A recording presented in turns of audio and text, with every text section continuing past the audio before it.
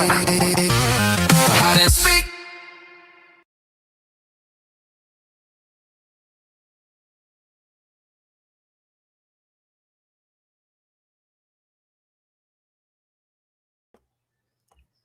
Almost had it. Hey everybody, we're vp.net. We're here with Hide and Speak. We stream every Saturday at 4 p.m. Eastern. Our topics are privacy, free speech, and internet freedom. These topics affect us all, personally and at scale. What you can expect from us are questions and answers. Ask anytime. Just put the capital letter Q, a colon, and then ask your question. So you can join the panel. Anybody that wants to join us, come talk with us. If you have anything interesting to say or if you have anything to chime in on, feel free to just hop on in. Come talk to us. So what you can expect is we're not going to speak about religion and no bipartisan or partisan politics. So disclaimer, the opinions expressed by members of our panel are of their own personal opinions and do not necessarily reflect the views of Hide and Speak or vp.net. So I want to start to say, I'm Shane. I'm the Chief Operating Officer at vp.net, and we have Chris, Nathan, and Susie. Over to you, Chris.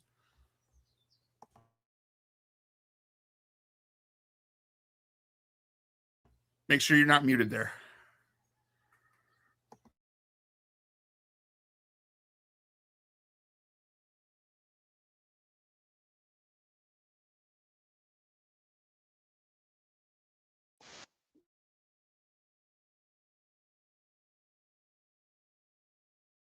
We don't have any audio for you there, Chris.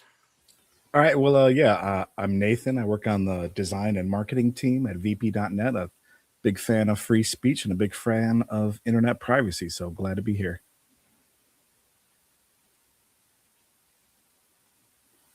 Hopefully Chris can get his audio issues sorted out. I think we'll be fine. We'll just wait for Chris to come back. And Susie, if you want to go ahead and introduce yourself, say hello.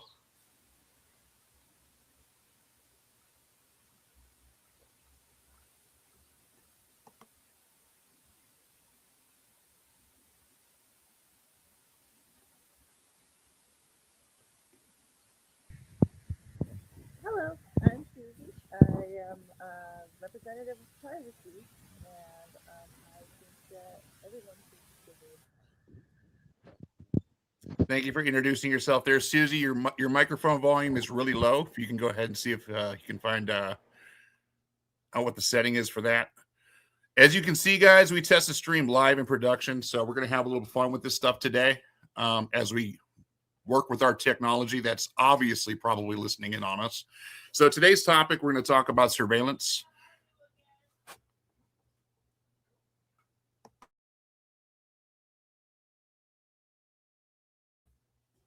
So is audio completely stopped?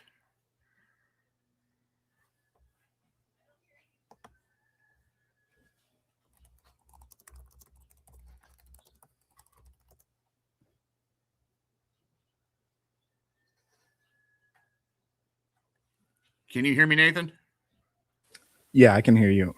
Okay. I can hear you. Like you said, Susie was really quiet, but Chris seemed like his totally dropped out.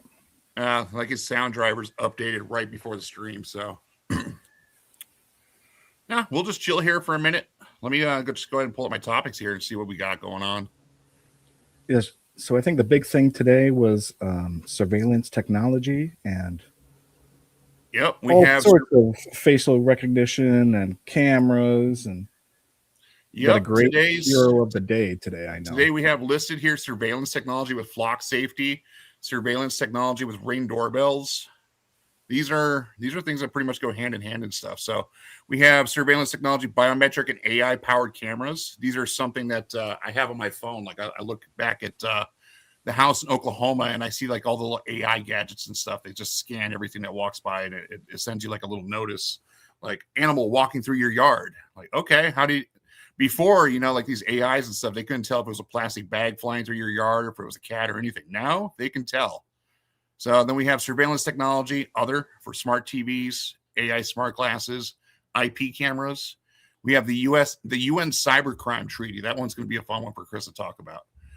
So we have a bunch of stuff here lined up. We just wanted to bring a lot of attention, a lot of light to what's going on with surveillance, especially in today's age where it feels like, I mean, it is straight up 1984 right now.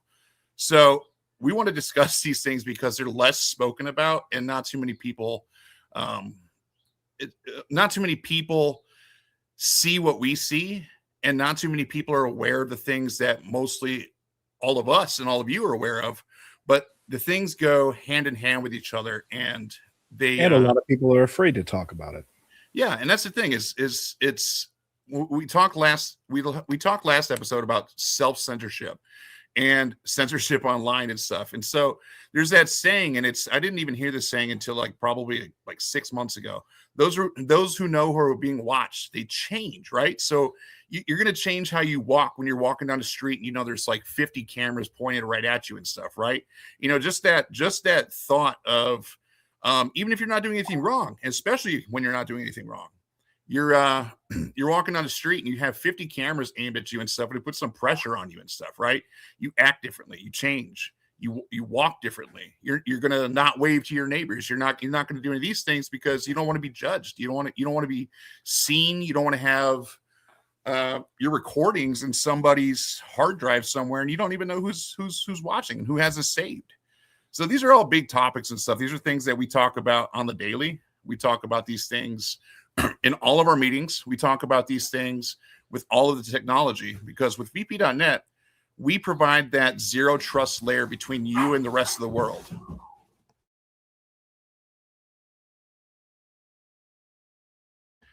So with that layer between you and the rest of the world, we're always keeping an eye on what those layers are between you and the rest of the world as well. And that those layers being you on a camera, that's it's something of a concern.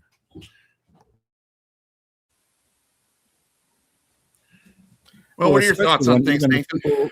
Especially, the people who may be recording you incidentally in public on their Ring cameras or on their phones, making TikToks. They don't even know where that data is going. It's not like the person who might be recording you from their Ring camera knows that Ring is going to store that data on some server for the end of time. So I don't think that it's always malicious from like the user's intent. But that's why we have this stream, right? To inform people. The thing about the Ring cameras is like this is something that everybody has in their house. Like, you can go talk to anybody and they know what Ring is. Like they have family members, they have friends that have these Ring doorbells everywhere. And so back in the day, it was like, when these things first came out, I'm like, I was really awry of this stuff. My family had them. And so having these cameras there, it's just like, wow, who can look in on this stuff?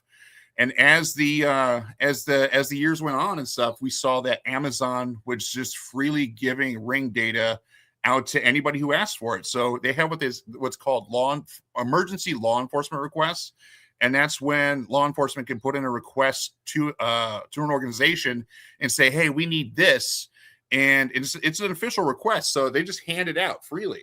So when I started seeing that stuff, it's like, yeah, it kind of makes sense and stuff, right? Oh, they're gonna use this stuff to make the world better and everything. We don't see too much of that. You just pretty much see that there's everybody getting access to these Ring cameras. And now, if we look at today, the news that's going on today, we see that these Ring cameras are just forwarding everything over to Flock, which is, to my knowledge, is the new thing. It's its own company, it's its own entity, but it feeds its data through Palantir. Goes through Amazon, the Rings. You have all these Flock cameras on every corner. So the Ring stuff it's really changed from when it first started to what it is now. Like it's especially with when we have AI. People are walking down the street and just every little camera that's hooked to everybody's household internets are just scanning everybody's faces, scanning all the cars walking by, and it's sending it all to one location. And it's really, truly, I'll say, interesting. Fascinating in the sense that it's crazy that technology has gotten there today, but fascinating in the sense that it's like, how silly can this get? And I think the answer is already spoken about. Yeah, and I think you made a great point right at the beginning there when you said, like, when these Ring cameras and things first came out, it was all about motion detection, and it would just say, something happened. It triggered the motion alarm, and then it recorded a video. But now it's obviously recording those videos, processing it through in AI, and who knows where they're storing that and what information is being gleaned from that. And that's a huge difference in the technology and what it's being used for now, because they're, like we talked about, like we're going to talk about with the Wegmans and everything, and these facial recognition cameras that are everywhere and the flock cameras. If they flag you or somebody flags you as some type of person of interest, then anywhere you go, they're going to just show up and either prevent you from using the grocery store like we talked about last week, or just preventing you from living your life. And it's like it's kind of expected. The authorities are going to have access to these things. They're going to have these things. It's what they do. It's one of those things that they keep an eye and they keep tabs on everybody. That's one thing.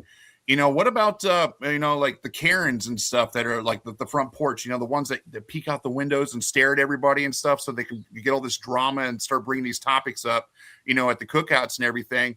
And that's really that's one of the scariest parts, is that they just sit there and look at their Ring cameras all day, every day. Let's go ahead and see if your microphone's working there, Susie.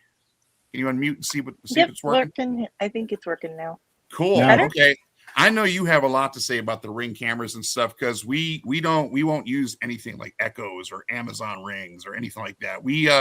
We're very conscious of these things, and it's one of those things that we want other people to be conscious about too, because there's so many different alternatives to these things. What are your thoughts on the Ring there, Susie? Yeah, I got plenty of thoughts. You'll have to excuse me. I have an attention whore of a dog. Pardon my language. But no, Ring cameras are dangerous nowadays, because you've got people who are, if someone really wants to see what's on your camera, let's say you've got some kind of thing going on where, somebody's bugging you or harassing you or something, or anything, and there's a lawsuit.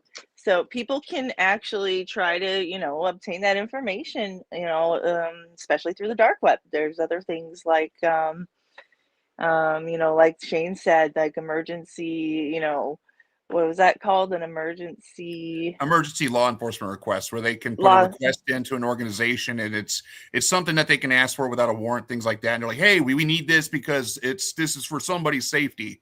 And in reality, it could be for whatever they want. Yeah, it could be for whatever they want. I mean, people have been caught, abusing this. Employees giving out data, selling data on the internet, in places where you won't really always see on the surface. There's a lot of things going on in the background, and there's a lot of people who have something to gain for this, so they do it. It's a lot of money in that industry, I think. And I wonder how big it's going to get the more cameras we put out there. You've got England has a camera on every street. Do you really feel that comfortable walking through there? Because if something happens, yeah, the police are going to take a report on it, and that's their job. And they're going to maybe use the cameras. But I mean, did that really protect you in the long run? I mean, not really. I mean, there's arguably a good side to everything too, right? We see these porch pirates everywhere.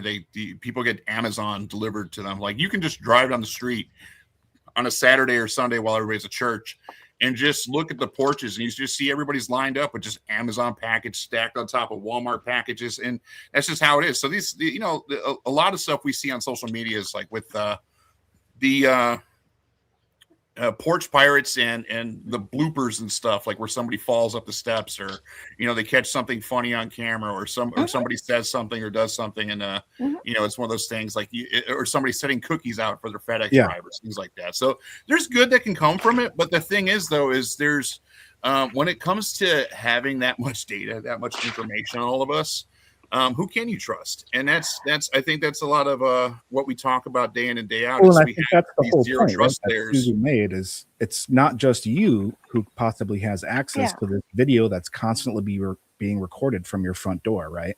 So there are not only Ring camera or whatever security system we're talking about, staff. It could be a hacker. It's not just video either. It could be right. The thing is that this is intended for you. This is intended for your use. This is intended for your security. This is intended to make you feel safe. This is intended to take a look and see if your kid made it home from school, You know, when you're getting off work at 5, but they're walking in the door at 4, you got to know that your kid made it home safely as you get home. You know, you got to make sure Right, your and pets that's are kind of safe. that tool that they use, right? They use convenience against, you know, what's really they're using it for, which is Isn't they that, can now spy on anybody who has a camera. doesn't that feel betraying to you? And Because it's that not feels like it's betraying to just like me. they can log into your live camera either. They can go into all those stored files. There's probably what, thousands of gigabytes of stored, hundreds of hours of Yeah. stored data from your front camera. That's, I mean, Mhm. that's really scary. They can go back and look 3 months ago at 2:70 or 2:47 p.m., you know, what was going on at your house. That's scary. It's Yeah, true. like And it's even more scary now. Like when it first came out and people objected to it, one of the arguments was like, "Who cares? It's just a bunch of anonymous video data. Like it doesn't mean anything." But now they just rolled out the familiar faces feature, and it essentially cre- scans everybody that walks by your door or anybody's Ring doorbell, and it creates a biometric scan of them and puts it all into a database.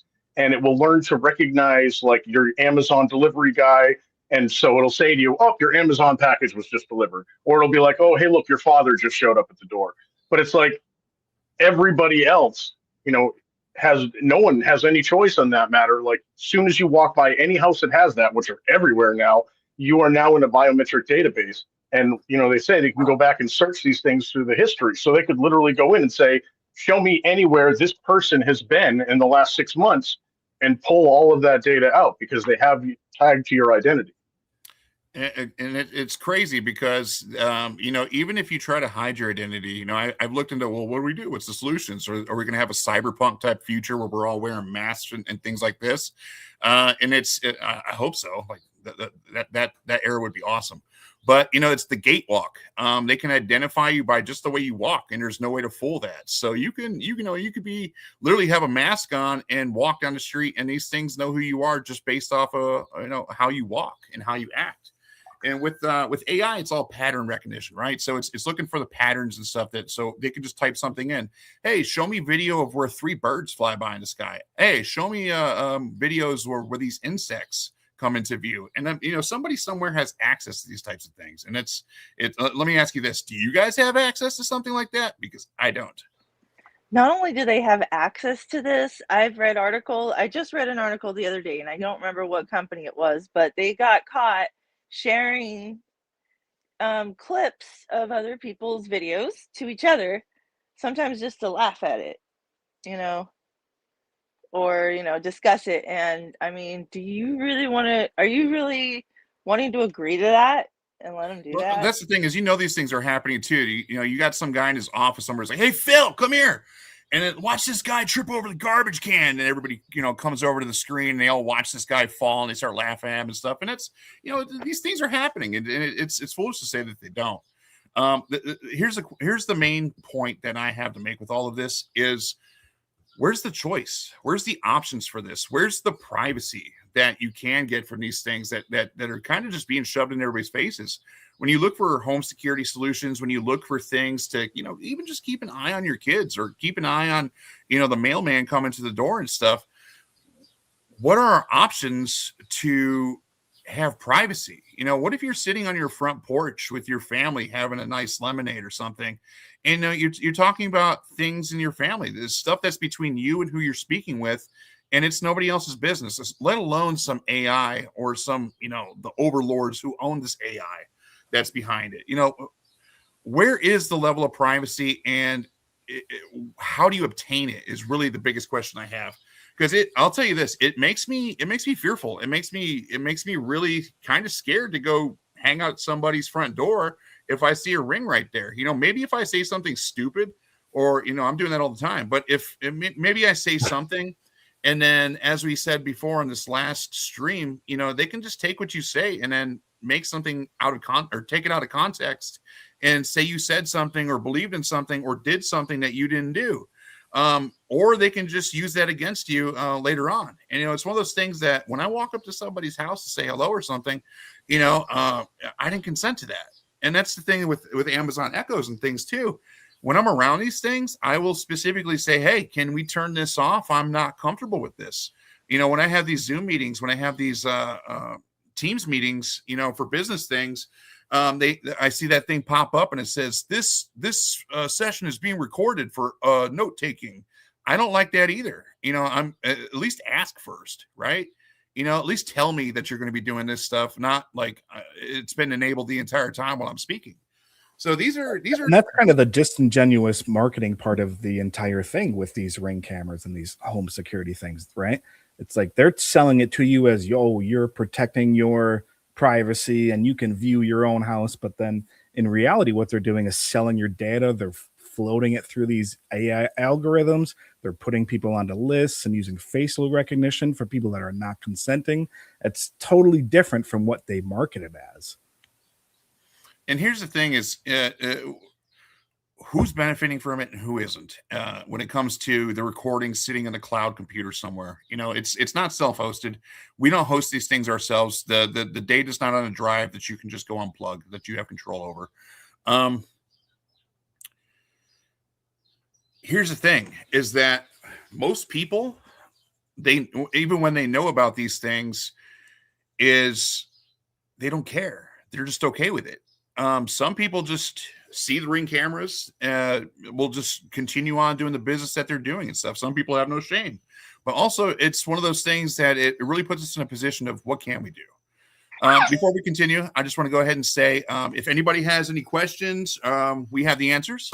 If you want to hop on, talk with us, even if you're watching the video later, feel free to join our Discord, Telegram, reach out to us in any way, and we will get you on here. We have a couple more guests that will probably hop on later on. They're, they got work and everything.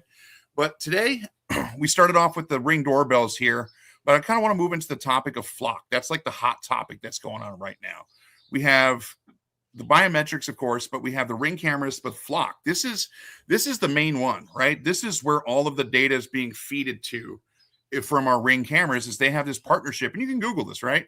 Is they have this partnership with Flock, Amazon does, and it's the same thing that we're seeing on the streets and stuff. Not just with ICE, but with local towns where counties and even at the state level are just putting these cameras on the side of the highway so they can record all the traffic incoming and outgoing and stuff around these little jurisdictions everywhere. And we're starting to kind of see a stink about that. And we had a gentleman that was going to be on stream here with us today, but I'm going to go ahead and give him a slight mention. We did have some technical difficulties when we first started the stream, but that's expected. We're here to have fun. But later on, we're going to discuss a really inspirational story where one man made a huge impact on his community, eventually convincing the city to cancel their Flock safety contract and disable all of the cameras. He wanted to be there with us tonight, but he had prior engagement at Senior Ron Wyden's town hall, where he's continuing his fight on a state level. He wrote a powerful statement about his journey with some excellent information on how you can make a difference in your community.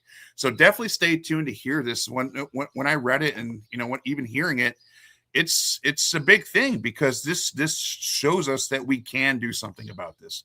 We can come together in our communities and say, hey, what are these things on the side of the road, that are watching us, especially when my kids walk to school, or especially when, people are playing in the park or something like that. And, they just want to be there with their families, they just want some privacy. So we have that coming up where it's going to lead us to a bunch more questions on like, what can we personally do about it? And what are our next steps to go about this in our communities?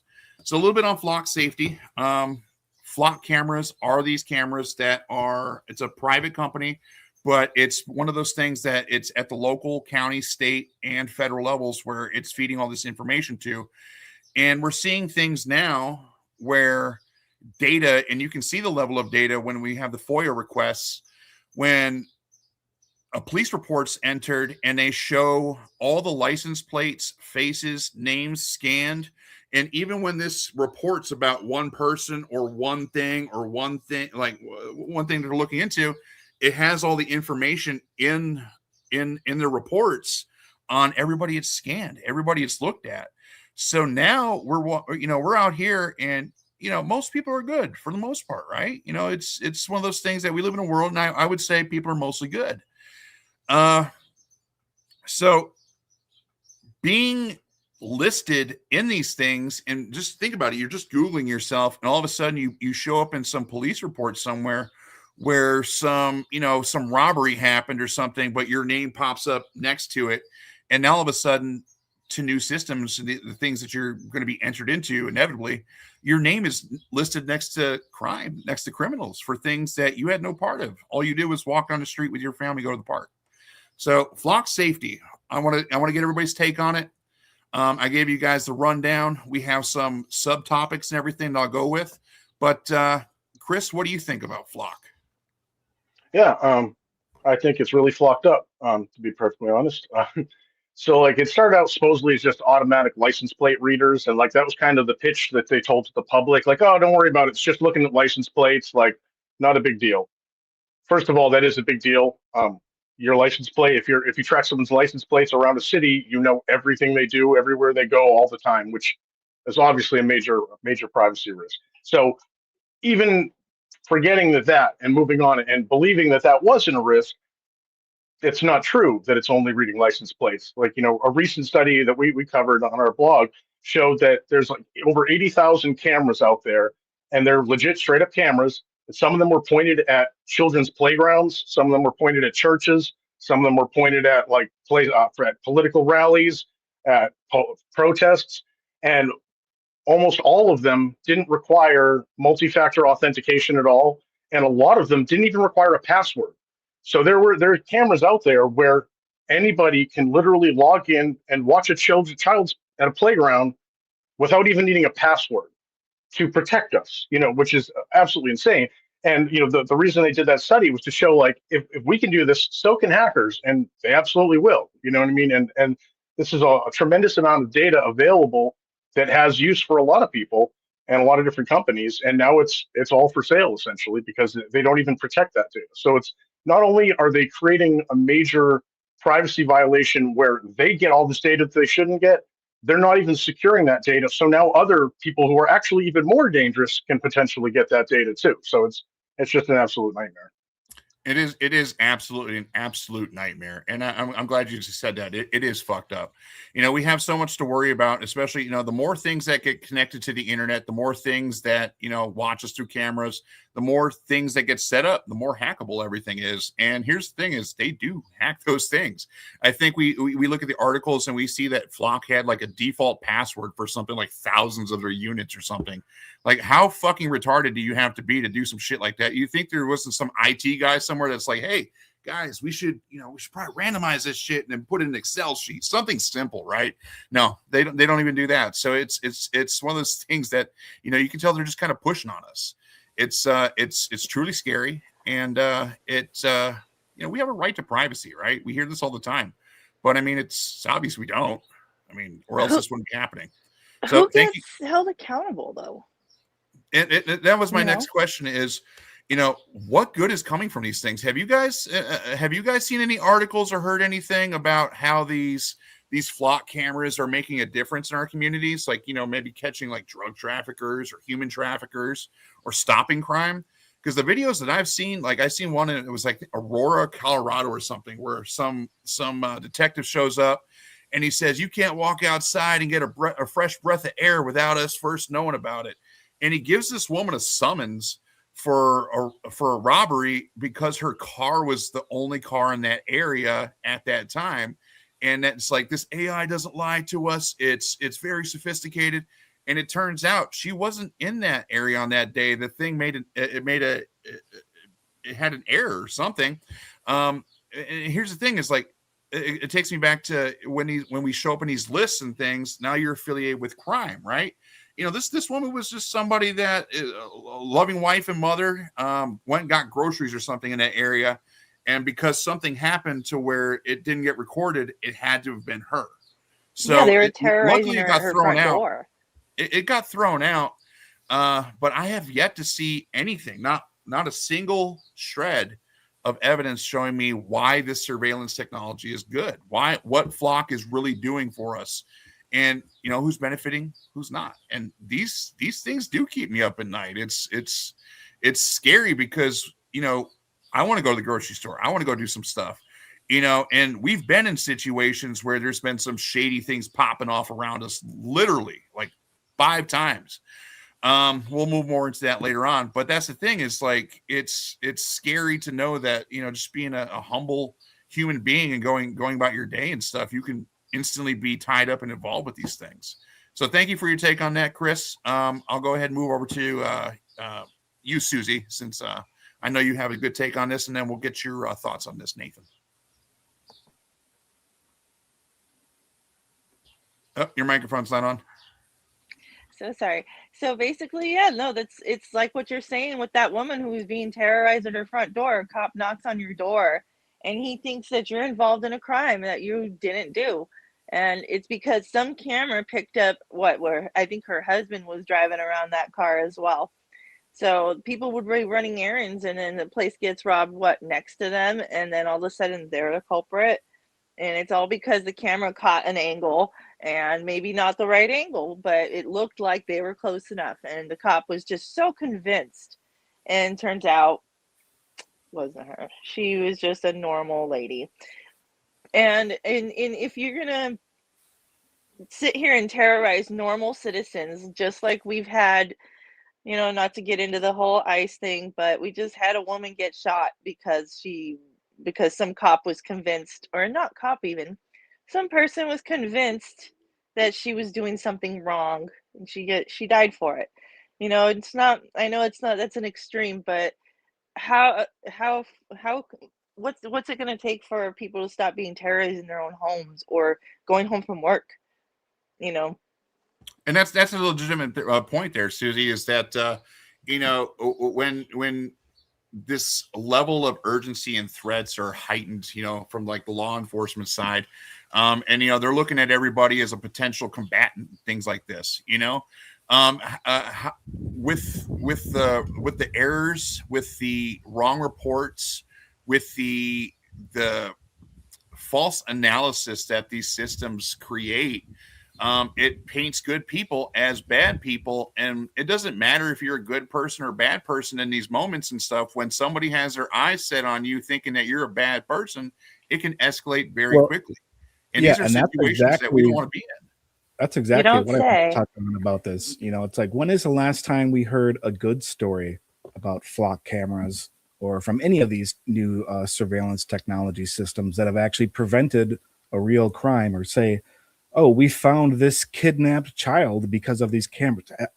I don't know that I've heard a single good story, you know, of this technology actually working for what it's intended to do. I don't know if anybody else can bring up one, but that's kind of my point, is like, all we hear is the bad stuff and all we see is the bad stuff. And it seems like what they're selling it as and what it is are two completely different things. Absolutely. Like, the most of the stories that I've seen about it are like ridiculous. One that's very common that I've actually seen a bunch of different stories about this, and I don't care which side of the issue of an abortion you're on. I don't think anybody agrees that we should all have our privacy violated so they can track down people who go across state lines to avoid a certain abortion law. That's insane. Like, you know what I mean? Like, those are the kind of stories that I've heard, and most of the things that I've heard related to Splunk seem to be highly politicized in either direction. I'm not saying either one side; both sides do it. You know, I saw a lot of times where Flock was used to take note of certain people that were showing up to political rallies. At one point, it was people that were showing up for town hall meetings and school board meetings, and just keeping records of who goes to these different things and is speaking out, and it's just, that's not it, man. Like, if you're tracking down terrorists, like, you might be able to convince some people that this is possibly a good idea, but I don't ever see that. Like you're saying, like, it's always these really bizarre, weird political cases that, whether either side, that it doesn't matter which side you're on. Like, I think both sides agree, like, well, that's not it. Like, that's stupid. Like, let's not film everybody so we can track down abortion ban skippers. You know what I mean? Like, that's just not an issue. I think people are, it feeds the agenda. right. Now, what were you saying, Nathan? I'm sorry. Go on. No, I'm just saying we don't need facial recognition on people's kids. Like, this is nonsense. It's, you know, there's no reason for that. I don't Well, want I wouldn't want my kids on some facial recognition, please. I didn't consent to that, and where's the option to opt out? and that's the thing, is that's what we're going to get into later, is there is an option to opt out, but it takes actual effort and work and time that we put into this. Here's a question I have for everybody. I know you may be watching or you watch this video later, and especially for you guys here. The question being, how can this be used for good? Here's the thing, is there's arguments with things with, you have the right to record your property, right? Yeah, you have the right to record your things to protect them. You have the right to want to protect people and things, whatever it may be. If it's on your property and stuff, it's fair game. But here's the thing, is this is not some just random person's property. That's the Ring cameras, which are tied into Flock. Those are on people's personal property. But these Flock safety cameras are literally on every street corner. They're in places where, it's obstructed. You don't know where they're at or what exactly they're doing or who has access to these things. And there's an argument, you have the right to record your property. But here's the thing, is we're not your property. The people aren't the property of anybody else or anything else. People are, they're people, we're human beings. And it goes back to this thing where we're not just some data points. We're not just some numbers in the algorithm. We're actual human beings. So the topics of, well, I'm not doing anything wrong, or I have nothing to hide. It's not about that. What it's really about is that when this data exists, it will be used, manipulated, sprinkled for something else, and it will be mishandled. We see this with, the hackings going on, especially with, medical data, things like this. They're going after all of this data so that, the good guys want to watch the bad guys, but then the bad guys go hack the good guys so that they can watch the good guys. So it's one of those things that it looks good on paper and stuff, like, we had what's the guy, Larry Ellison, behind Oracle, and my opinions on this guy, I'll probably just keep to myself just to be kind on this stream, but he said something about maybe society needs to change their behavior by having these AIs like watching us and stuff.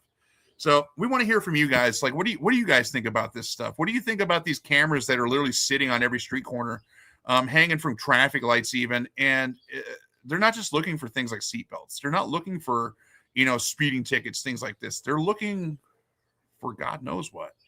And we have yet to see any shred of evidence.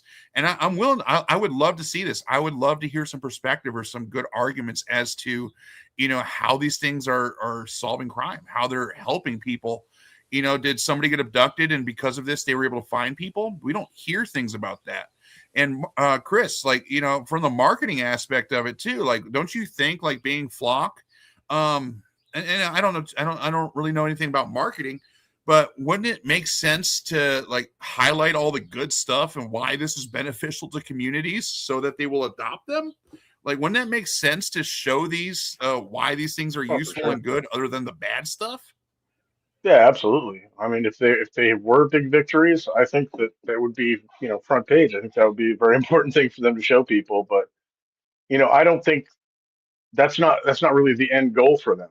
Like, that's not what they advertise, because they're selling it to people who don't care about the victories. They're selling it to people who are interested in the data. They're interested in the surveillance capabilities of it. So that's what their selling points are. When they're sitting down on this board and they got to explain to them what their product is, it's not, oh, the people are going to love it. We're going to slow crime. We're going to arrest. No, it's, look at all the data we can capture. We can get all of this information. Look at this amazing dashboard we can give you. You can track this person all around the city. That's the selling point, because that's what people are interested in. That's what these governments are looking for. It's not about the victories that we think it should be about. It's what are the victories for them, and it's just giving them a more complete picture of everything that everyone's doing. Agreed, 100% agreed. And here, what's crazy is we're just talking about this for the United States because we're all in the United States, right? This is something that's new to us. Whether it's new in practice or not.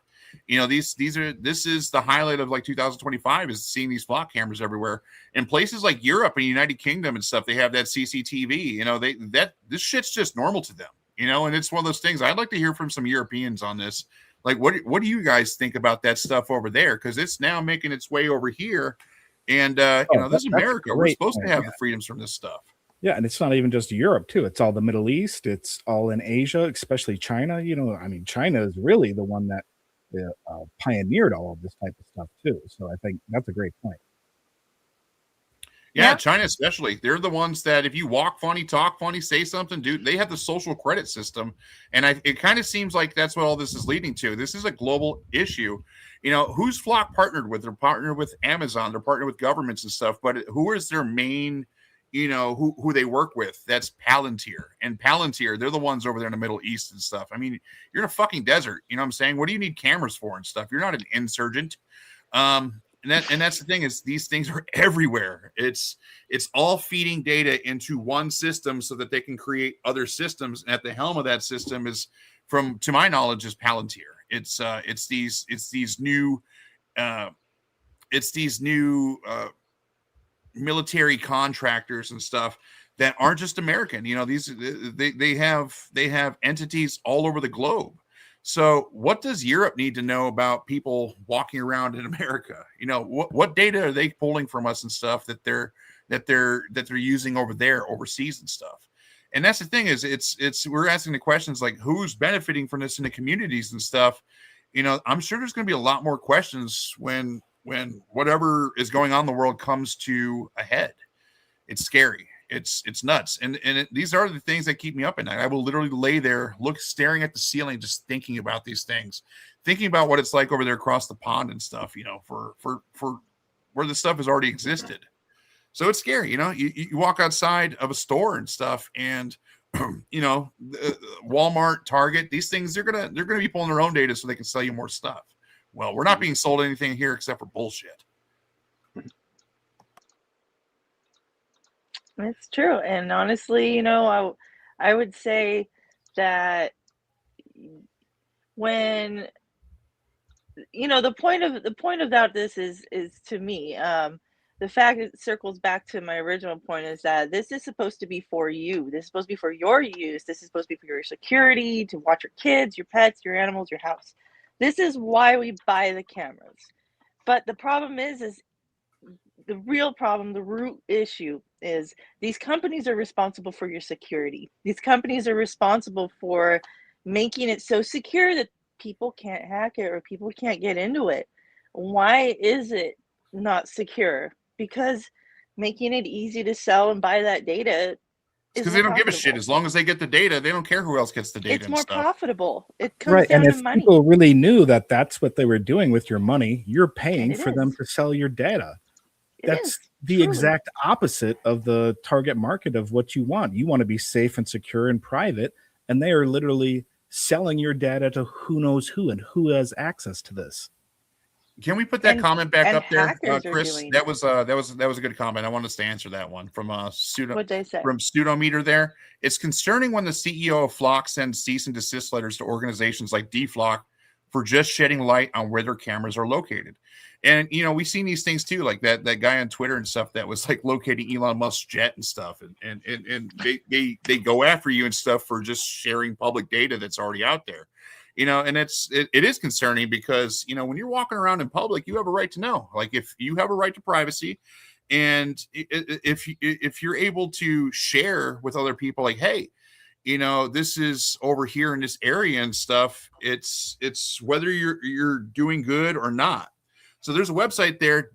If you go to dflock.me, you can see the movement and where it's kind of moving and heading towards.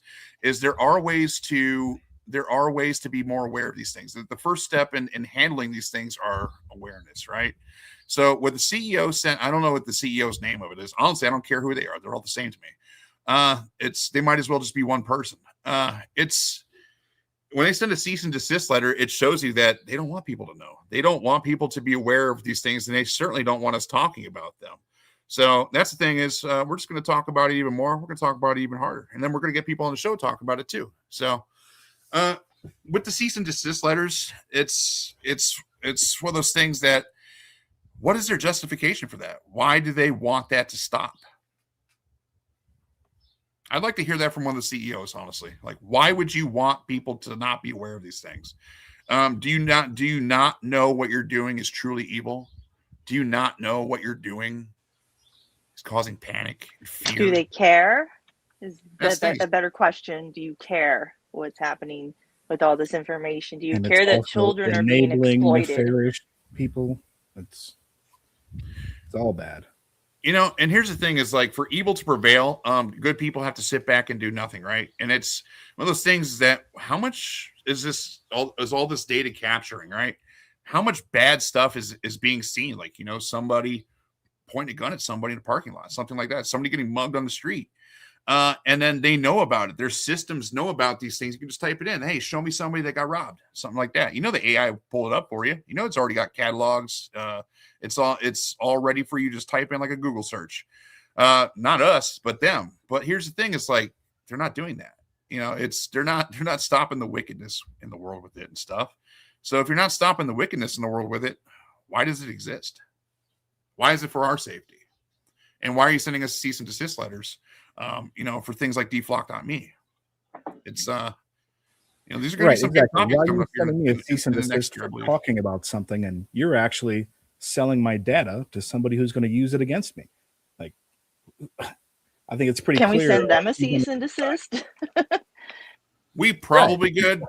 We Good ones, probably please. could. We would probably need to talk to legal about that. But here's the thing: is like, I'm not the smartest guy in the world, but I know one thing is you don't really fuck with people who have fuck you money, right? And that's you know, these guys are looking to buy their third yacht, and you know, some little data point from the algorithm pops up, start asking them questions and stuff. You know, they're going to make that little data point go away, and you know, I'm not going to be that data point. So big topics, big questions. And the answers, we're really only going to find those together, guys. That's just how it is. We have 80,000 plus cameras with no multi-factor auth needed for 5,000 police and 1,000 plus business clients. So when we say there's no multi-factor auth for 5,000 police departments, that means that some Karen down the street can use her brother's credentials to log in, or if somebody's phone gets hacked. And it does all the time. Your contact list gets uploaded. Now all of a sudden you're a target because you're in somebody else's contact list, and then they come after your logins. And now they have your login able to log into these flock things. So now some random kid somewhere probably has access to, more data than they know what to do with, all in the sense of saving people. And it's not saving anybody. And then we have business clients too that have no requirement for security to secure their access to these systems that shouldn't exist in the first place. So it is kind of like a backdoor. Here's the thing: is like, oh yeah, hey, I'm this legitimate person. We're actually doing great things with access to this system. But like, hey, ICE, come here. And then you slide them access to it and stuff. Now all of a sudden you have people having access to this that never, there's no contract between Flock and them. So these are topics and scenarios and stuff that, I wish like were hypothetical, but they're not. This is how it is. And it's just getting worse. So we have, with the gentleman that we're going to mention later on, it says, get the flock out. And I like that saying there because, get the fuck out of here with that stuff. So head on over to deflock.me. You raised a good point there, because everybody knows the rules of the internet, that anything that can be used against you or will be used in a bad, nefarious way will be. And that's. And I think it comes down to two things too, right? Like there's Murphy's Law. What can go wrong will go wrong. So, right. What's all the wrong stuff that can happen with these things, with the no requirement for multi-factor auth. Here's the thing: is like to log into Flock. Don't you think like it should just have at bare minimum some biometrics of you to log in? I mean, that's the whole point of the fucking system, right? But no, it doesn't need that. It's just anybody can. They don't want to be in their own database. Yeah. So right. Yeah, exactly. So these are the things too. Is like when I first flew or not first flew, but when I flew back to Hawaii, I'm sitting there like I'm tired from like all the layovers and everything, and I hear the speaker come over. Some lady speaking. It's like, for those that wish to hop on this plane, your biometrics have already been sent over. Feel free to enter the gate now. So you just walk in the gate. You don't need a ticket. You don't have to scan your phone anymore. You just walk in. They already know who you are. And these are, I've seen this topic come up on Reddit, and they talk about Target system and stuff. They wait for people to steal from Target until they get to a certain amount of money, and then they nail your ass with the cops and stuff because, you know, if it's under like $1,000, I think in California, 2,000 or something, it's not a felony, but they wait until it's a felony and then, you know, they hit you with it. But they're looking at things like sleight of hand. These are like casino level surveillance systems and stuff. So if Target has that, and it's fucking Target, you know, it's like it's Target. So if they have that, what do these guys have? You know? And I think that's why they're sending cease and desist letters. I say we move on from this. Like we said, this goes hand in hand. Like Flock is partnered with Ring. You walk down the street, look at the doors, see, you know, you go visit somebody's house, like kind of keep a mental note who has Ring cameras. And if you say or do anything, hell, if you know, you pick your nose or something and you're not even thinking about it, you know, you're having a you moment, or you're talking to yourself to get yourself, you know, in line before you go hop in the car and go somewhere and do something and stuff. It's being recorded, you know, all your personal moments are there, and not just there, it's on people's rings so they can see it. And then it's so the shadow people can see it. And it's not just so the shadow people can see it. It's so that the other shadow people can hack those shadow people and they can see it too. So it's crazy. It's crazy that it's like that. So we'll move on to biometrics. I just want to say real quick about Ring doorbells.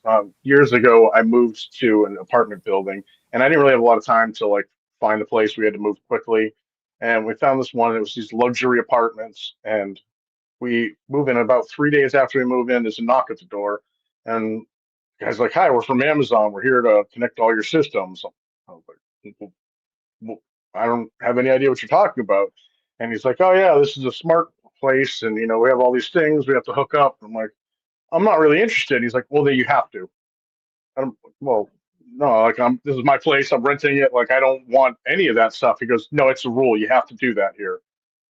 And I was like, "All right, well, whatever. I guess I Wow. have to." And it wasn't until later I was really thinking about that. I'm like, why do I have to? I'm like, why is it a requirement to live here? I have to bring I mean, they had the Alexa thing you had to have in the room, and there were devices in the home and certain lights and things you could only control with an Alexa. They didn't have any switches. There's no other way to do it without Alexa. And then you had the Ring doorbell too. And the way that the place was designed, everybody's doors were facing towards like a little walkway and a little garden in the middle of the buildings.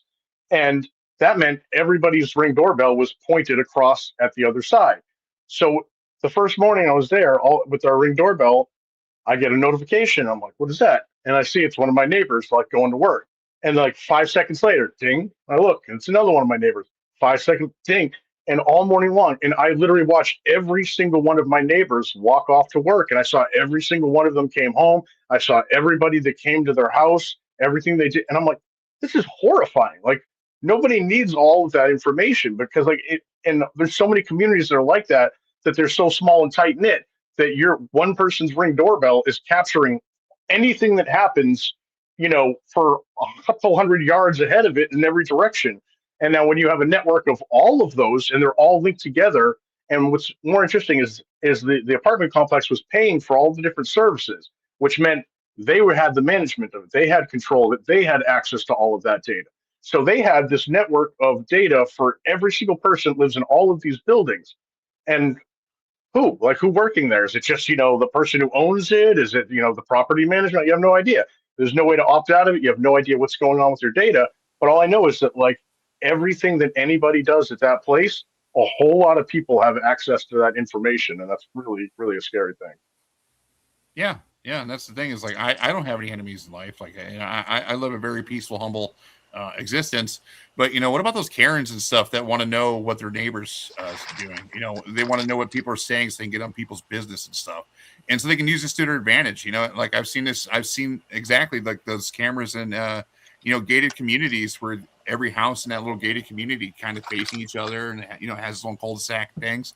You know, it's everybody can see it. Everybody can hear it. Everybody knows. Everybody, if you know, somebody has somebody come visit their house and stuff and they stay for 2 days, everybody knows that there's some new person staying for 2 days.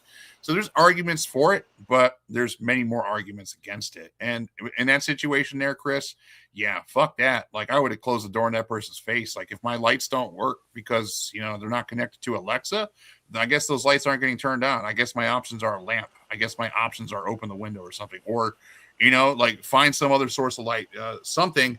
But, you know, that question that we asked in the last stream, you know, if you would live in a glass house for $1 million, would you?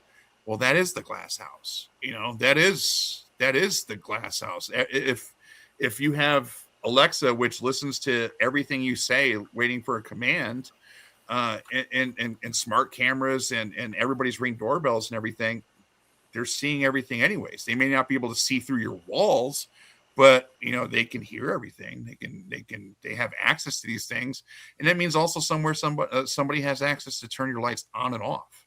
And I do actually have an issue with that. You know, I have an issue with these things that are smart and so-called smart, and there's nothing smart about them. In fact, you're pretty dumb if you buy these smart things. And I think that's what they're preying on.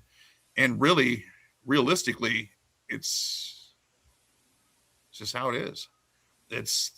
I want to say that there's so much that can be done about it, but there's not. You know, especially with an apartment complex like that that just doesn't fly with me. And especially when they don't tell you about that. They tell you that this is it, you have to do this. No, I don't. That's the thing is, no, I don't. And I hope people can start seeing that and start saying that as well, as no, you don't have to put up with this. And no, you don't have to have these things in your homes. Especially go look into Echoes and things like that. You know, like, hey, you know, you talk to your Echo, you know, hey, play this song. Cool. It plays a song for you after it was listening to you, but it was listening to you the entire time. It's listening to you the entire time so that it can know what you want to buy.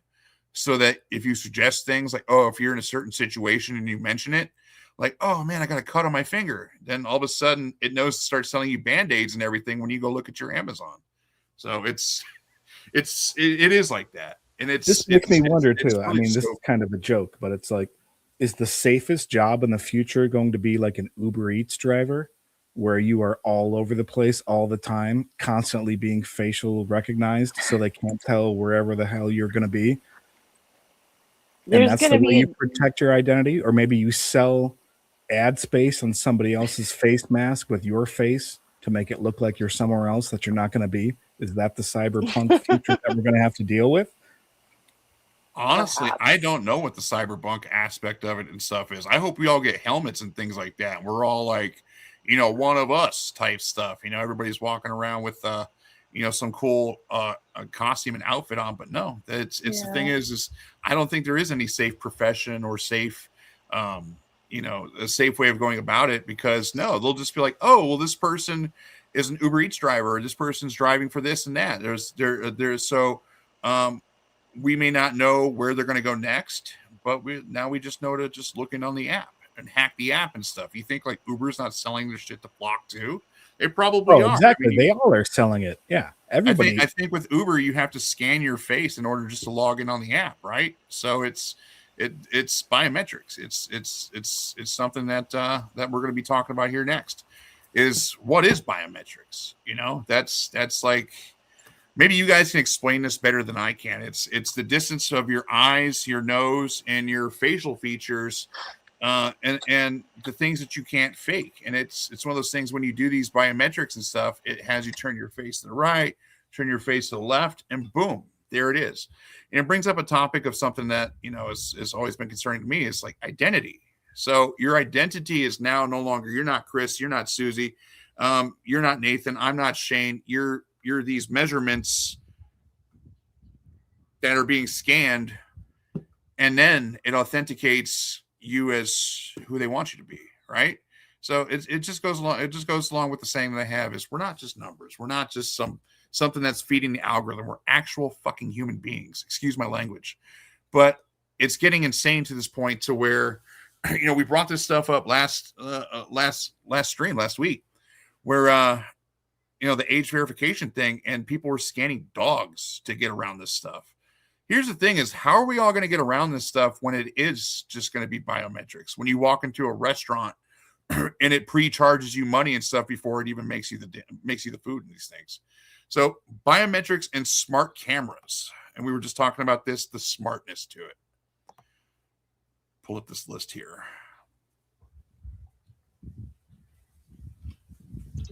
I can jump in real quick if you want.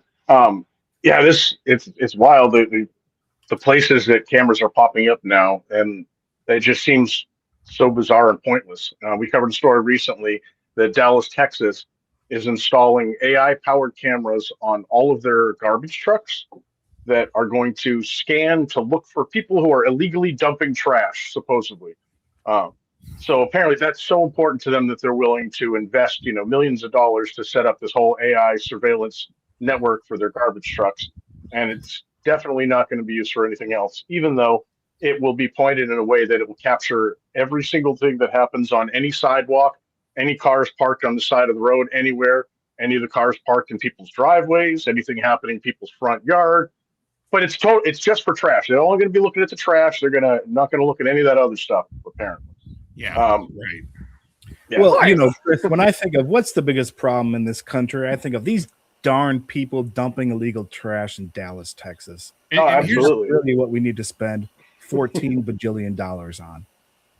Here's the thing: is they're not looking to stop it. It's an actual job. Like they're called like the green police and stuff. They go out and they find the illegal dumps. They'll go sift through the trash, find receipts, and figure out who to charge a fine to and stuff. But really, like if the garbage company's doing this stuff, they're not looking to stop it. They're looking to charge people more money for shit. Think about it. It's always about the money. It's not about what's the use for that stuff. Well, think about it though. Like we were just talking about with Flock Safety. So Flock develops partnerships with companies all over the place in order to get access to more cameras, more data, more license plates. If you're driving down every single road in your entire city, pointing a camera at the side of the road in every car that's parked there, and every car parked in every driveway, you know how much money Flock is going to pay them for that? Like 100%. That's the point of this. They might get a couple dollars here and there for some guy that threw a mattress on the side of the road, but really what they're doing, they're going to sell all of that data to Flock for probably a ridiculous amount of money. Or somebody will just steal it and then release it on the dark web, and then Flock gets it for free. That too. They have terrible amounts of data being hacked and sold, and it circles back to what I said in the last stream, is that you become a product. Are we a product or are we people? And where, once again, where's our chance to opt out of this? Where's our chance to have our private lives that we want to go? Everybody's getting older. We want to go retire eventually. We don't want, 1984 outside our door. That's not what I signed up for in life. Do we have a choice? And I think we all have the answer to that is no, you don't have a choice. It's a question I asked myself the other day. I was thinking about the philosophy, in the movie The Matrix and stuff, when Neo comes down to choice. And no, you don't have a choice. What are your choices? Like isolate yourself from the world and hide. And then now you're just a data point, like, oh, we don't have data on you, so now we know you're isolating yourself and hiding, things like this. So it's they might look for you harder. Yeah. Or no, why are they so private? Well, what are they up to? What they're going to look at with all this information are the people that they can't find, are the people that they can't see. And then they're going to find ways to go see those people and find those people and things. And so luckily, it's not there, it's just short of, somebody coming walking up on your property and sticking a camera in your window and stuff. There's it's at a certain level right now. But I'm curious as to how far they want to take this, at that level. It's go ahead. Certainly. You're asking what kind of level they're going to take it to. Bourbon Street, one of the top tourist destinations in America, New Orleans, millions and millions of people not only walk down that street, millions of people are their worst selves walking down that street. People go there to get drunk, to party, and take their clothes off in a lot of cases. And it became discovered that they had biometric and AI powered cameras all over Bourbon Street without asking anybody, without telling anybody. It was completely hidden, and the police had full access to it for 2 years, and no one had any idea. And you got to think the amount of things that, if people knew, people think they go to Bourbon Street and it's like, the whole Vegas thing, like what happens in Vegas stays in Vegas. Like people have that same vibe with Bourbon Street. But if you said to them, hey, you could do whatever you want here, get drunk in the streets, have fun. Oh, but you're going to be on cameras, and they're biometric cameras, so we know your exact identity, and we're tracking all of that information and storing it in databases. People would act a whole lot differently there, but they didn't give them that opportunity. They just did it, and then afterwards, like, oh, sorry, But that's how far they're willing to take it. They'll take it as far as they possibly can, and they won't ask for permission. They'll just apologize afterwards. Ask questions later and stuff. It's better to go ahead and do it and use it for whatever you're using it for. And then when shit hits the fan, then you just like, oh, sorry, we didn't know. But like, look at, and you pay the fine in that time frame. You pay the cost of doing business, which is you make $1 billion selling that data, and then you pay $1 million fine. Everybody's like, ooh, $1 million, that's great. That'll show them. And meanwhile, they're sitting there pocketing that $999 million. And it is like that. I'm glad you brought that up. And here's the thing: is they're using everybody's likeness. Like they're using your likeness for whatever they wanted to use it for, and then going and selling that data for monetary gain based on you and your behaviors, your habits, things like this. And I kind of, if I'm on Bourbon Street, I'm probably already like thinking, hey, there's a camera on every, door front and everything. But to see that and the level of audacity that the zero fucks given from it is really it's the kind of cockiness that we're going to start seeing kind of everywhere. And these are the things that we know about. What about the things that we don't know about? And I'm looking at this list here, Chris. And, UK police scanned 7 million innocent faces in 1 year. I'm sure it was a lot more than that. But, I've seen these things too with the Kohler Dakota toilet camera. I try to avoid these topics, like reading about it and seeing it, because it's disgusting. It's one of those things that, when we're doing these things as humans, our bodies, they're going through, they do things, right? People eat and then they use the bathroom, things like this. But what's the point of a Kohler Dakota toilet camera? What is that, and why does it exist? That's some audacity there. So the one thing I will say in their favor is that it's 100% voluntary. Like you have to buy this yourself and install it on your toilet. I don't know why people would, but this isn't something like you're not going to find this at Wendy's or something. You know what I mean? When you use the public restroom, hopefully. But so the theory is that it not only is it filming everything you're doing in the toilet bowl, it's sending it all to their servers and running it through their AI system that is supposedly going to give you information about your health. So it's supposedly like, every time you go to the bathroom, it's like a mini doctor's checkup to warn you if something's going wrong with you. Which it's supposed to be secure, but it's supposed to be. But I want to say, are you shitting me? And here's the thing is, yeah, they are shitting us and they're recording it too. And it's fuck that. That's insane. That's absolutely maniacal. And I kind of want to, I want to hear from what our audience has to say, whether you're here live on stream with us or whether you're watching this video later on the road. Go ahead and join us. If you want to ask a question, capital Q, :space, and then type your question and we'll get the message. We can pull it up on screen. When we have these topics of the biometrics and AI powered cameras, we're talking about, the Dallas trash trucks, the Bourbon Street. And then, I'm seeing something here with the Milwaukee sheriff defied a judge's pause on facial recognition to pursue trading 2.5 million booking images and jail records in exchange for access to facial recognition software from Biometrica. So I kind of want to know what's up with that. I haven't looked into that. I haven't been able to do any research on this yet. I've been so busy. Why is a sheriff like seeking that biometric data?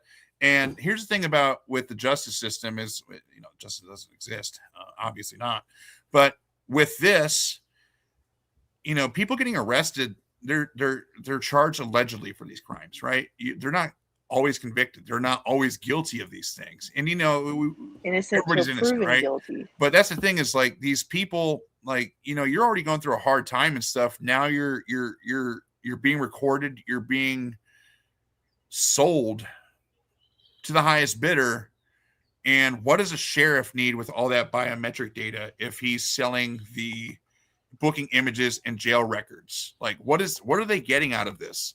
And why is that okay to do? Like, did any consequence come from this? Like, you can't just defy a judge's pause on that and then go and do it anyways, right? Surely.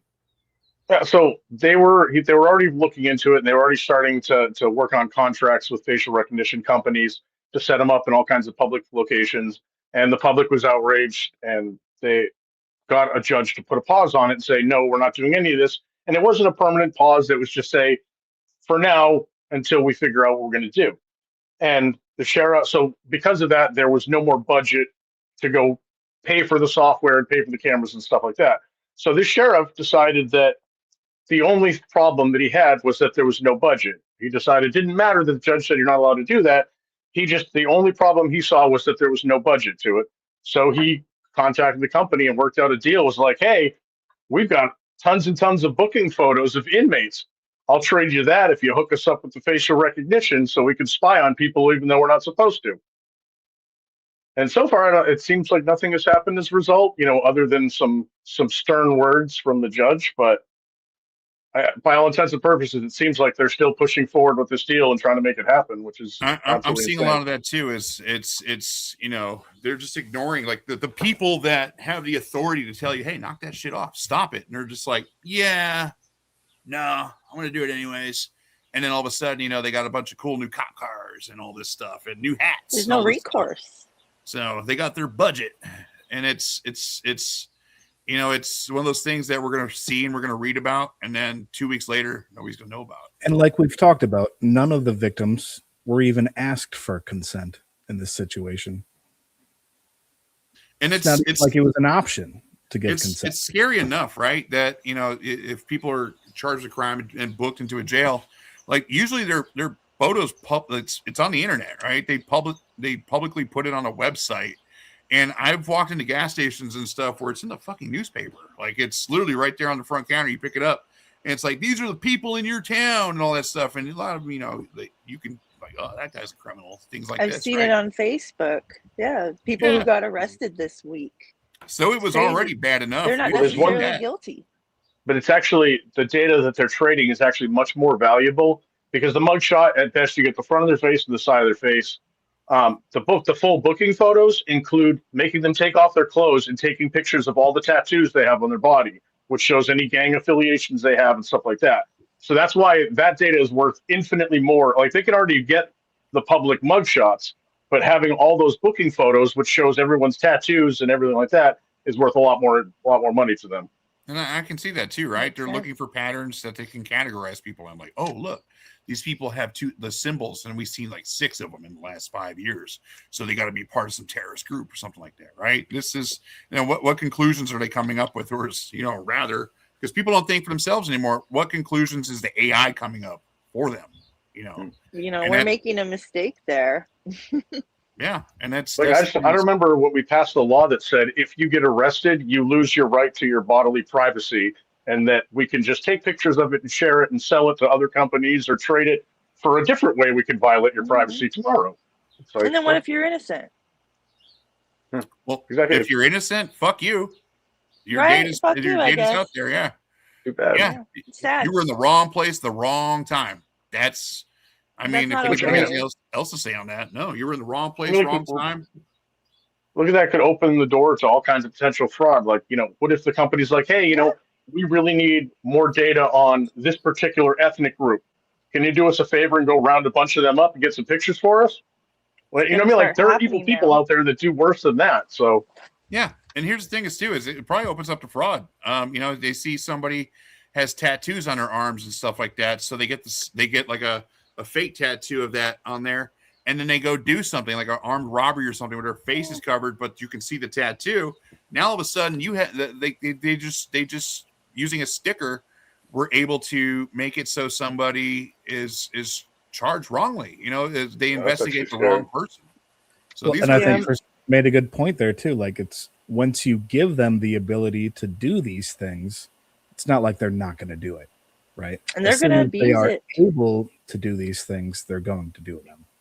Right. Yeah. Give me an inch to take a mile every time. The ethics involved is not always, kosher, so to speak.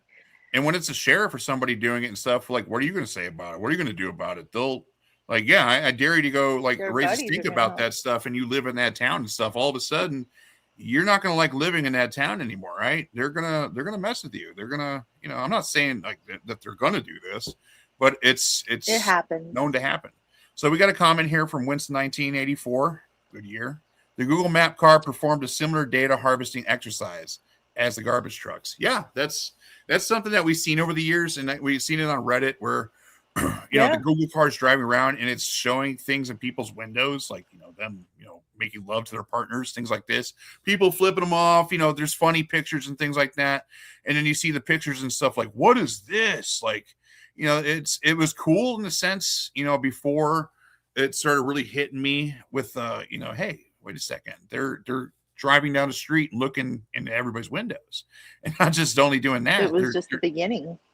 They're putting out an app on everybody's phone, so you can just sit there and go boop, zoom in and see people sitting on their porch, things like this. You can see the cars, blurs things out like plate numbers and things like that. And luckily, you can request to have your face blurred out if that's the case. But Your whole here's house the thing, can be it's like blurred out even sometimes.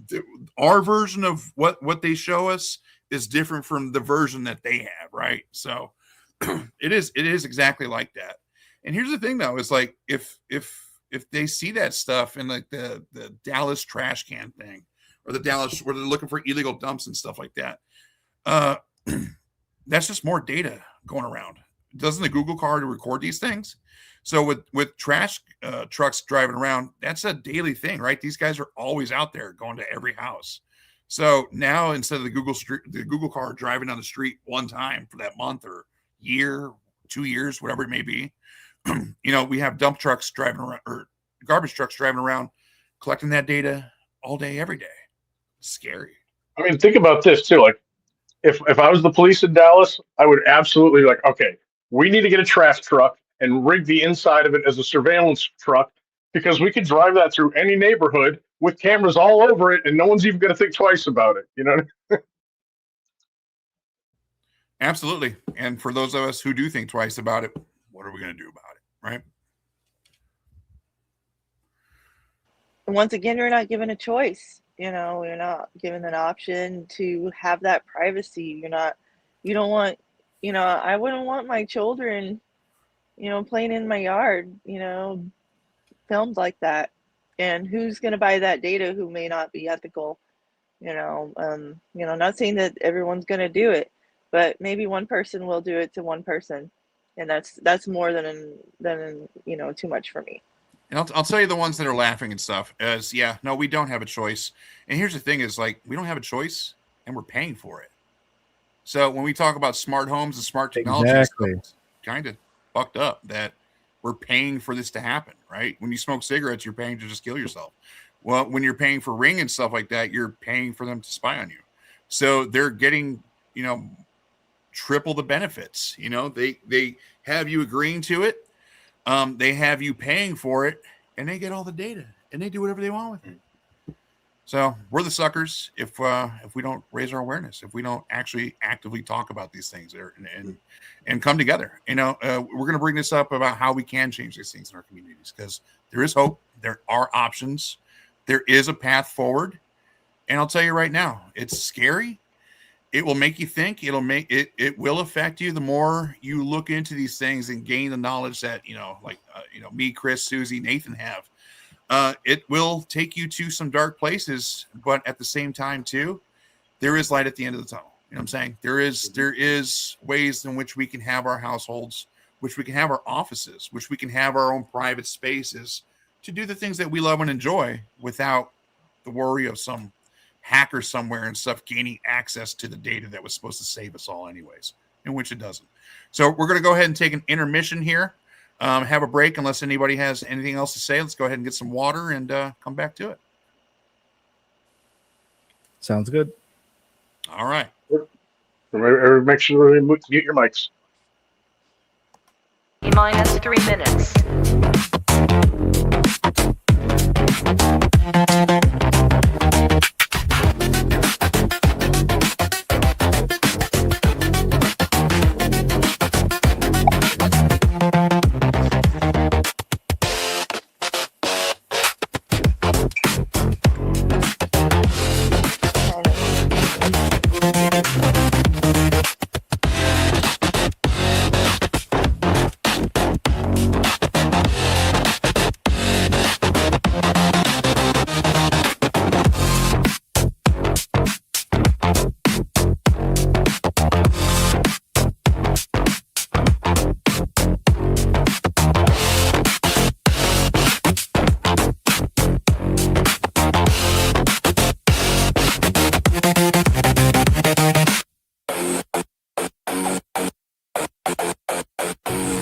T-minus 2 minutes.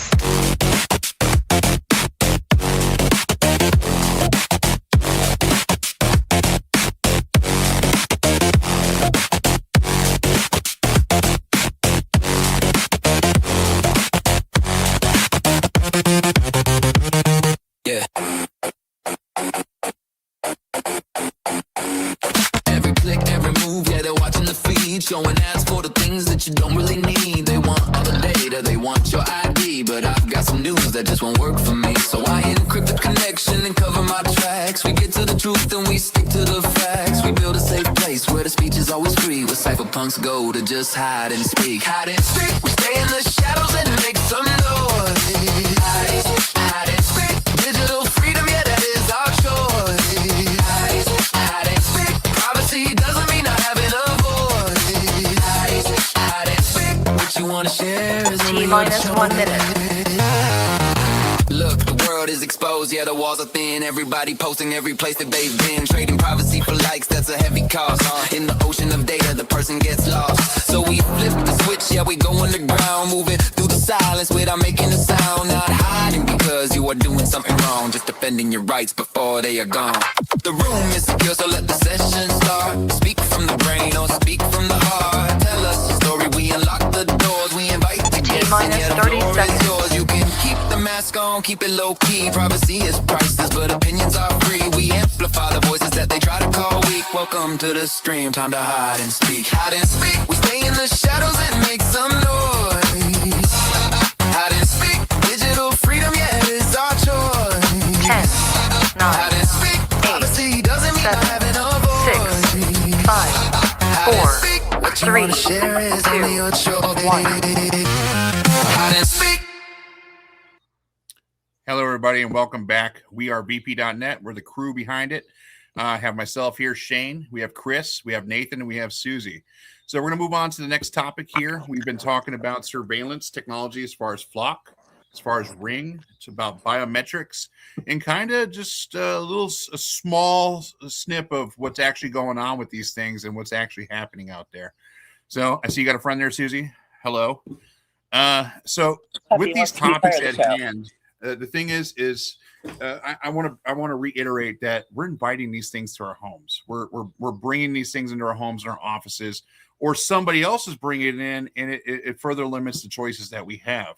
And for a lot of the choices that we do have, you know, especially the crowds and stuff that want to cut the wires, so to speak, you know, the cable cutting, the disconnecting from Netflix, the disconnecting from, you know, the Hulus and things like this, you know, people are they're getting new devices, new technology and stuff that you know is seemingly trustable because it takes you away from the mainstream ghetto-ness.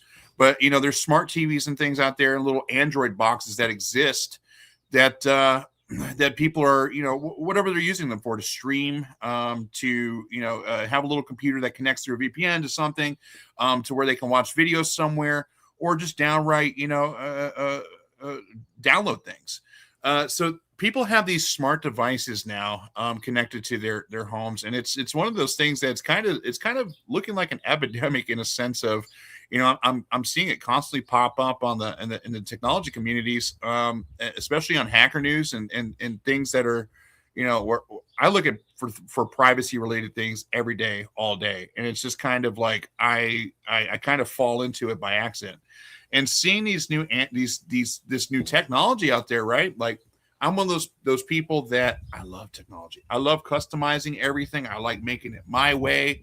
I enjoy it. It's fun. I like doing things in unconventional methods and stuff. But here's the thing is, you know, there's a crowd of people that don't have the background like, you know, me or Chris or Nathan or Susie have.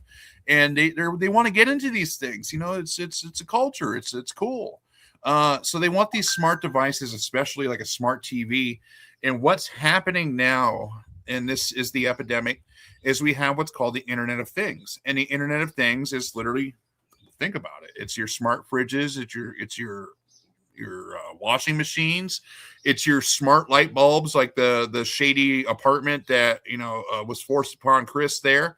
It's all these things that are connected to the internet and running code. So they're little computers connected to everywhere, and they're doing whatever they were meant to do. So something that's as small as, like, say, the tip of my pinky has enough of capability to access your Wi-Fi, to see all the other devices on your Wi-Fi, and speak to all of these other devices on your Wi-Fi, let alone do whatever else it was meant to do. So when we have things like smart TVs, they're using these new devices, and these things are like sold at Best Buy. I'll have to pull up the name. We can discuss it on Discord later. But they're selling these things at brick and mortar stores where people find these alternatives to Roku TV. They find the alternatives to the Chromecast, things like this, and they're connecting something on the home internet that they don't know exactly what does. And we're seeing instances now where it turns your actual home into a bot that goes towards some mega list of bots that some shady person somewhere has access to. And now they can use you and millions of other people like you that bought these devices and use them for nefarious purposes, such as, doing things as you, attacking websites, attacking infrastructures. We're seeing numbers at the highest they've ever been as far as like distributed denial of service attacks. Somewhere in like the 20 terabytes per second range, where they're able to hammer like Azure, which is they're able to take down Microsoft's network. We're seeing these things like the Mirai botnet, and we look at where they come from in the cybersecurity space. We have to look at these things, right? We have to know what's actually happening so that if we, have a product and things, we kind of have an idea of what's going on, what people can use things for. And here's the thing is people have these things that they're just trying to enjoy their, their little streams and stuff. They want to run YouTube, or they want to run Rumble or Twitch or something and watch the things they want to watch. But there's other things going on in the background. So back in the day, people are like, oh my God, they're watching us through our TVs. Like, those big tube TVs and stuff back in the 60s, that weigh 700, 800 pounds and stuff, that they fall over on you, rest in peace. But these things, they didn't have capability. There was no Wi-Fi's and stuff like that. It was straight up radio to your TV. You can watch it on the tube. It's probably got color, maybe doesn't. But here's the thing is like, no, they weren't watching it through your TVs back then. But today, they are. And who they are is literally can be anybody. It could be some person in China, especially China. Or it could be, who knows? So I want to get your guys' take on this stuff. What are some kind of smart devices that you've had in your home or have in your home now? And can you give me the answer when I ask, how do you know it's not doing anything shady? How do you know it's not spying on you? How do you know that microphone in that little remote that you have, like, hey, turn on ESPN? How do you know that that's not sending that somewhere? And how do you know that the conversations that you have with your family and your friends aren't being recorded by your, I hate to say this, TV remote? And it's a big topic, and it's one of those things that's like, it's not that big, right? Like, who cares? Like it's if they do it, whatever. No, it's not whatever. When it comes down to taking your home internet connection and then using it for illegal purposes, that's on you. You're liable for this, right? So we have the responsibility to manage and handle the devices that are on our networks, whether it's home, office. And that's the thing is like, if they're cracking down on social media now and somebody says something like, hey, they say something that's not agreed with, these are ways to identify you. And again, it comes down to, did you say it or did you not? But they have your IP address. There's no way that it's not you because it came from your home internet. It's probably some kid in China that just used your little device that you just plugged into your TV. So we have a comment here from Pseudometer. I keep them on segregated networks and monitor block traffic using NextDNS. I like that. I like you, Pseudo there. That's something that I just got some router for vp.net that we're doing some testing on, and taking a look at all the data that goes in and out of the network and stuff it's really intriguing to somebody like me. For Susie, she just kind of stares at me like, when I'm talking about, hey, look what this does. And here's the thing is like, we don't really have anything shady in our household, And the scariest thing is that when I was looking at it, because I was using the AdGuard DNS, and I was looking at like my laptop, which was running Manjaro Linux, like every 5 seconds was pinging ping.manjaro.org. So my own little laptop that I install Linux on, I'm enjoying. I code things, right? I'm on this guy that's big into privacy. You know, I'm running a tech company with this mindset, and then my laptop is phoning home. So if it can get to me, it can get to you, and that's the scariest thing. So keeping the devices separate from each other and not able to contact each other, that is a big step forward with securing our networks, with securing our households. Is the thing is you know, your smart dryer, your smart fridge, you maybe forgot to update it or press the update button because you know you probably don't use all the features.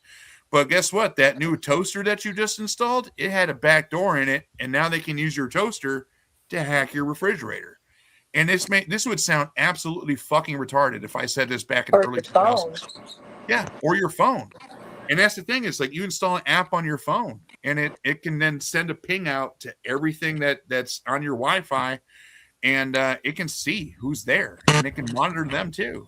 These are topics of discussion that I thoroughly enjoy, but very few can have these topics because the ones that do, you know, we seek privacy, and a lot of us want to be heard. But when you see it at this level and you have to deal with these things, the less you are involved with the society. You know, it's one of those things that the only thing that we can do about it is to think just to get away from it. And I think that's what we try to do. Oh, yeah. And I think you raised a great point here with these smart TVs. And I don't want to single out Roku TV or anything or this and that, but or TCL or whatever. But we all remember what was about 5-6 years ago. You can get a 6-inch TV for $200. You know, like the prices of these TVs dropped. And why did that price drop? Is because you became the product. They give you the TV screen for cheap so they can collect all your data. You know, it's a smart TV. So what is it doing? You're logging into it. You're giving it all of your information, your location, your ISP, etc. Like that's what's really being sold to people now. And here's the thing is it do be like that. You know, I'm sure anybody can go Thanksgiving dinners, Christmas dinners, birthdays. You go over somebody's house, they have the TV up there. You know, they start flicking through their apps and everything on the TV. And then you just see an ad. And that's the thing is like, wait a second. You know, that ad is there and it's for something relevant in today's age. Like right now, that means it's being updated like every 30 seconds. So it's a constant. Why my remote control doesn't need a microphone on it? That's ridiculous. Like I agree. And they use it in the name of convenience. And we'll think of the people who have to use the voice control. And it's like, well, why does everybody have to have that? You know, it's just nonsense. It is nonsense, and it's the thing though is like is most people they don't care, and that's the sad part about it is they don't care. And you know the ones that do care, they seek alternatives to these things, and then the things that they seek out, you know, like these little Android boxes and stuff, they're just as bad. They're worse off even because now it's not some corporate entity that's just you know straight up it's just a revenue stream for them to spy on you. Now it's somebody else that can do it, and you know they're not bound by anything, especially you know being in China, especially being in a somewhere else to use your TV as a computer for whatever they want. So they're literally using your TV as a computer while you're sitting there watching your cartoons and things. It's scary. It's actually you're asking how do you know if your smart devices are spying on you? And there's actually like a really, really easy way to tell. They are. That's it. That just is. But yeah, like it's like Nathan was saying, that's absolutely correct. You know, when suddenly the price of a technology suddenly not only does it come down in price, the technology is improving at the same time. So it's like, you know, one day they're like, okay, we want $500 for this kind of crappy TV, and the next day they're like, all right, we want $200. It's twice the size, twice the resolution, and now it has all these apps, and it could do 10 times more for less money. And exactly right. Like that, there's a reason for that. Like, and that's the thing is they switched their business model. They're not getting better. Like I like a couple times, I'm scrolling through the TV and stuff on a Roku TV, and all of a sudden the fucking TV just starts lagging. Like I'm pressing right, and the thing's not moving over to the right. I'm like, what the fuck? Is the controller broken? And then all of a sudden it just starts. It moves all the way to the right. Like it's lagging because my TV's doing too much in the background that it can't even accept the input that I'm giving for the remote to make the TV do things. And it's like, wait a second, why is this a problem that we're facing? Like it's insanity that we have to put up with it. And it's insanity that, you don't get the choice with your televisions to go put Linux on it and stuff. You can't you got to be some hack your own devices and things just to make them not shitty. And that's the crazy part about it is it is like this. And if we have to ask the question, how do we know they're not spying on us? Like if you have to ask that question, then they already are. They can, so they do. Since we're on the topic of surveillance, let's get your guys' take on this, the smart glasses. So this seems to be a big thing that like Meta and Amazon and probably everybody with this AI race that's going on right now.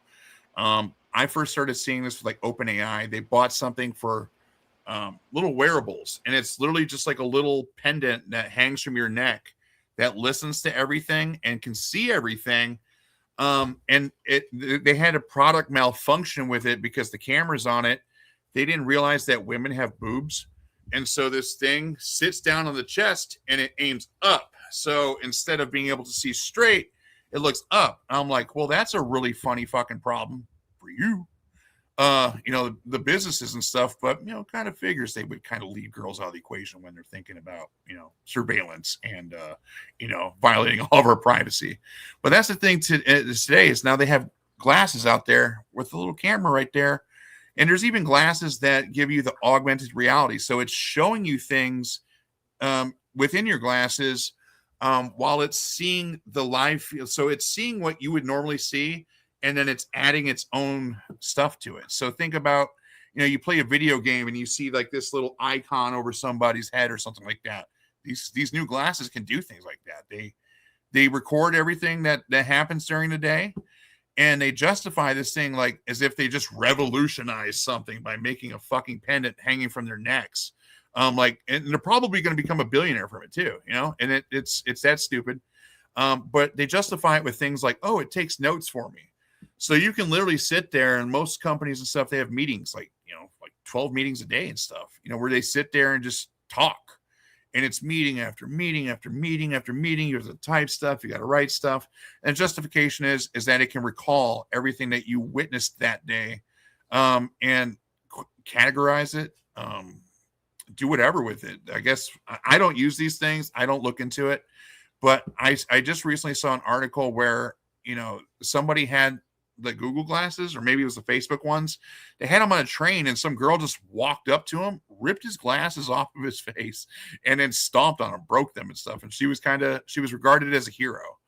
So I want to get your guys' take on this stuff because, we see a lot in the world, but the more people that put these glasses on and stuff, the less I want to be around people. What's your take on it, Chris? Yeah, I kind of hate the idea. Just the idea that you might be in a public restroom and somebody may walk in taking a high definition feed the whole time, and you just don't even realize it. Like at first it was like this goofy idea, and the first few models were like, dude, you'd see that from a mile away and everybody's going to make fun of you. A few guys are probably going to try to beat you up for wearing those, and now they come out with them and like they have Ray-Bans, the Meta Ray-Bans that if you look closely and you know what to look for, you can tell. But if you're just walking down the street and someone's wearing them, you're just walking right by. You don't scrutinize somebody's glasses that closely. So I mean, we're at the stage where those could be anywhere you are without you even realizing it, which is terrifying. And like I say, like it's this slippery slope. If you go back, I remember when I was a kid, like there was this thing you could film people only in a place where it's highly public, like a park or something like that, where it's known that you're out in public. And but even a store wouldn't be allowed or something like that. And then like the line keeps shifting and shifting. And then it was, okay, well, inside any place you don't own and, that's not a private residence. And then it was, okay, well, now we have Google Maps. So a street view of the front of your house, that's fair game. Oh, and Google Earth. So the sky view, satellite view over your house, that's all fair game too. So now it went from like only if I go downtown and willingly go to a place where I know the public is, then I might be filmed. It's down to I have to lock myself in the house and pull the shades drawn, or I'm going to end up on somebody's camera. And that's such an insane thing. And now people are just walking around with them on their face, and you don't even realize it. So it's really kind of crazy. And I saw this video recently of Chinese police, and they have these smart glasses, and somebody just rode by on a bicycle, and they weren't wearing a helmet, and the officer just like looked at them, and it was like choo choo choo. This is who the person is, and they're like, deduct 10 points from your social credit. And it was like literally just a person rode by on a bike, and 10 seconds later, their social credit score is going down. That's And it's like insane. that. Yeah, this is like serious RoboCop territory now. Thank you, Chris, for that. We'll move on here in a second. But I just thought of something that these cameras, like it's who's it going to benefit and who isn't, right? And what about these people that take these things to the gym and just go stand in the back on a treadmill and watch all the women and stuff and record that stuff, and it's creepy. Me and Susie went to a beach, and the parents and stuff, they had the little kids and stuff running around. They didn't have clothes on. We think look away, and then we go about our business and go do stuff. But it's like it is like that, and it's one of those things that it's scary. But these people that go record things with glasses and stuff like that, now they have illegal content on their glasses just because they were in the wrong place at the wrong time, and they had nothing to do with that. So that beach in particular had a camera, a webcam that constantly records. Just by the way, too. Wait, can you say that again? Sorry. That particular beach that we were at has webcams that are visible on the beach as well. So everybody can access them? Mm-hmm. Yeah, it's a public beach. So it's got public cameras. So that's even it's even creepier. It is that way. It is that way. Well, let's let me ask you this before we move on. Chris, if somebody walks up to you and they're blatantly wearing these glasses, and say whatever the scenario is, you're with your girlfriend and you're doing a yoga class or something like that, and somebody walks up to you, they're wearing the glasses, and they just start staring at you and your girl and just keep looking back and forth, all creepy like and stuff, just make it real weird. What would you do? What would you personally do? I know what I would do, but I want your take. What would you say to this person? What would the atmosphere be like? It's very simple. What I would do. So I'm getting a note from my lawyer that I can't say what I would do. Oh, okay. Got you. Okay. I see. I visualized it in my head. I got you. We'll move on. Nathan, what is your take on these glasses? I'm somebody who wears glasses. If it can show me some augmented reality and stuff like that, cool. Like if I can be walking and stuff like that, and I want to zoom in because my eyes are so bad I can't see a sign or something like that, and it's not connected to the internet, and it's just my glasses and it's in my control. I'm cool with things like that, like how you see the world and how you interact with the world is between you and the world. There shouldn't be some connection that goes elsewhere and stuff so other people can, manage. Right. And I think, that's really the real issue that we're talking about here, right? Is the combination of this facial recognition technology and where everything is being recorded to and stored, and the people that are wearing these. And so now I'm supposed to watch everybody that I'm walking past if they're wearing these Ray-Bans or the Meta glasses or whatever they're called, all of the different companies that are making these things. Is that my job now to watch if somebody else is watching me? It's not, it's anti-human type of technology is the thing. And I think even the people that are wearing them don't fully understand what they are doing and where that data and information is going to. So I think that's a crux of the issue here of where everything is being stored and who has access to it. Yeah. And then here's the thing is, the people, and they do these things. And it's what angers me the most. And I'll answer what I would do in a situation like I asked you, Chris. people they know the recording, and they know that they can push people into situations to cause a reaction. So say, you go hit somebody or something like that, and you start yelling at them, screaming at them and stuff, and you're trying to get this person to push back, do something, and then you turn it on to record. This person punches you straight in the face. Now all of a sudden they have video without you antagonizing them, and just them straight up. And that's just a knocking great you point, in your right? house. 'Cause this is exactly what it's being used for currently. A lot of the people that are using these Ray-Ban glasses or whatever things, they're using it to make viral video clips of people on the street and interacting with random strangers, and that's what it's been used for a nefarious reason against you. Yeah, Yeah, I've It's seen not those videos okay. too, and you can usually tell that like the people don't realize they're being filmed. You know what I mean? Which is my point exactly. That like you act very differently if you know you're being watched, especially if you know you're being filmed, where that can be recalled at a later date and shown to somebody. Oh, right, So exactly. But then even now, I've seen videos where people are saying like, "Oh, I see you're wearing the Ray-Ban glasses, so I know that you're recording me." So now they react like that too, which is another level to it that's totally crazy. And that's the thing is, like, before it's just people holding up phones, right? They're, it's people holding up the phones and like, Right. they're recording. Now you have Now no it's the idea. glasses. Exactly. It's insane. And that's the thing is, like, here's the thing is, somebody walks up to me and they're recording me, my girl, in an atmosphere in which I did not consent to. My first words to you are, get the absolute fuck away from me. Like, straight up, like, get the fuck away from me, stay away from me, leave the place, get the fuck away from everybody. Because the way I see that, you might as well come around in there swinging a fucking sword. You know what I'm saying? It's to me, it's the biggest level of disrespect that you can have, is putting people in those situations. Like, what are they going to use this? There's websites out there like the people of Walmart and stuff like that, and it's and that's a great point too, right? Exactly. Like, for what benefit of myself could you be recording me with your glasses? Like, I where can do think I all the benefit creepy from stuff that? that people would Why use it would I for. consent to that or want to be a part of that? I absolutely wouldn't. And that's what it's leading to, guys. It's leading to these AI wearables. And that's what they're called underneath the hood. They're AI wearables. Whether they wear them on their on their neck, or they wear them on their glasses, or they're in some other fashion.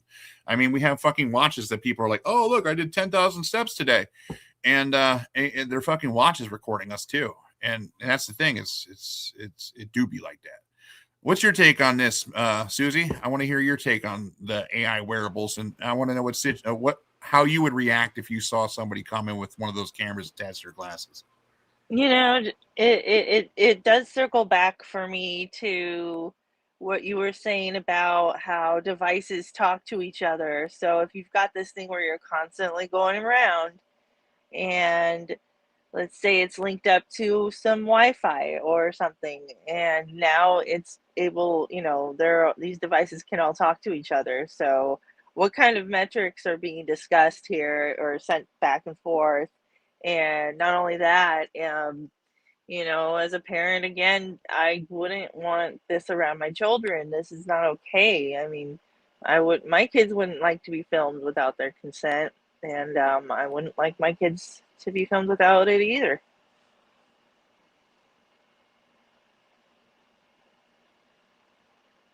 That's the thing is, I can't think of a single person. And if you are out there, please come speak to me that you're Yeah. okay with people wearing AI and wearables that are scanning everything in their environment, and it's going to cloud somewhere. That's why these data centers are needed. We're seeing the biggest need for data centers that we've ever had before, where they can't get servers quick enough. They can't get hard drives quick enough to handle and process all this data that's being used for God knows what. And here's the thing is, like, go look at Grok and go look at the contracts that Elon Musk Grok has. The fucking Pentagon, just like, yeah, Grok's going to get access to all the classified and unclassified data, all this stuff. Well, what if the unclassified stuff is that ring data and things like that? So, I mean, it's one of those things that it's not even a question about, are they doing it? They are doing it, and they're telling you they're doing it. So I do actually have an issue with the AI. Yeah. And not only that, Grok was known to be doing things that people don't consent to already. I won't even get that deep into it because it's just disgusting to me.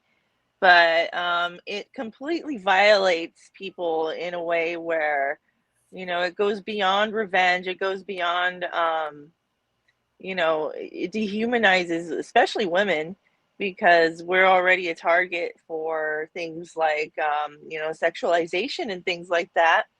So without going further into that, uh, it does bother me that it's being contracted with government and other, high level companies that and corporations that may not necessarily be using this to our benefit.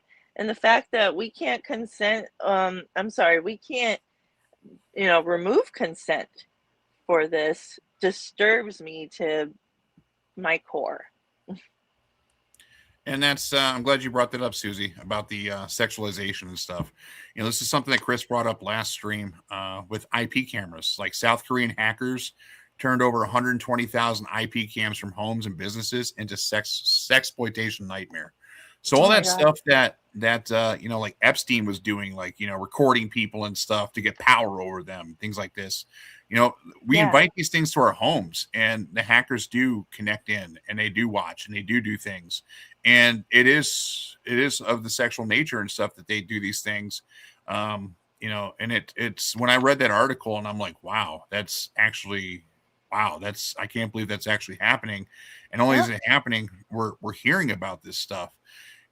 Imagine being in your own home, having the privacy between you and your marriage, and you have a family, and then they record and utilize your most private, intimate moments, and that's beyond exploitation, right? Like I would feel completely and totally violated, knowing that somebody could see these things in our lives. And I do. That's like I feel bad for them. It's like they have internet connected baby monitor cameras, which is just like way high on the list of really bad ideas. And a lot of them, the parent has like an intercom feature. So if the kid wakes up in the middle of the night, you can be like, oh, it's okay, go back to sleep, or whatever. And I've seen videos where somebody's like, in the middle of the night, I hear my baby crying. I go in there, and there's some creepy voice on the other line screaming, I'm going to kill you, at my baby in the middle of the night. It's like, well, they're also watching your child right now, too. Like, if they're connected to it, they have full access to that. And that's really so a really scary thing. It's scary. I remember back in like 2020 or 2003, even like the early years and stuff, somebody sent a link to us on the IRC that we were using.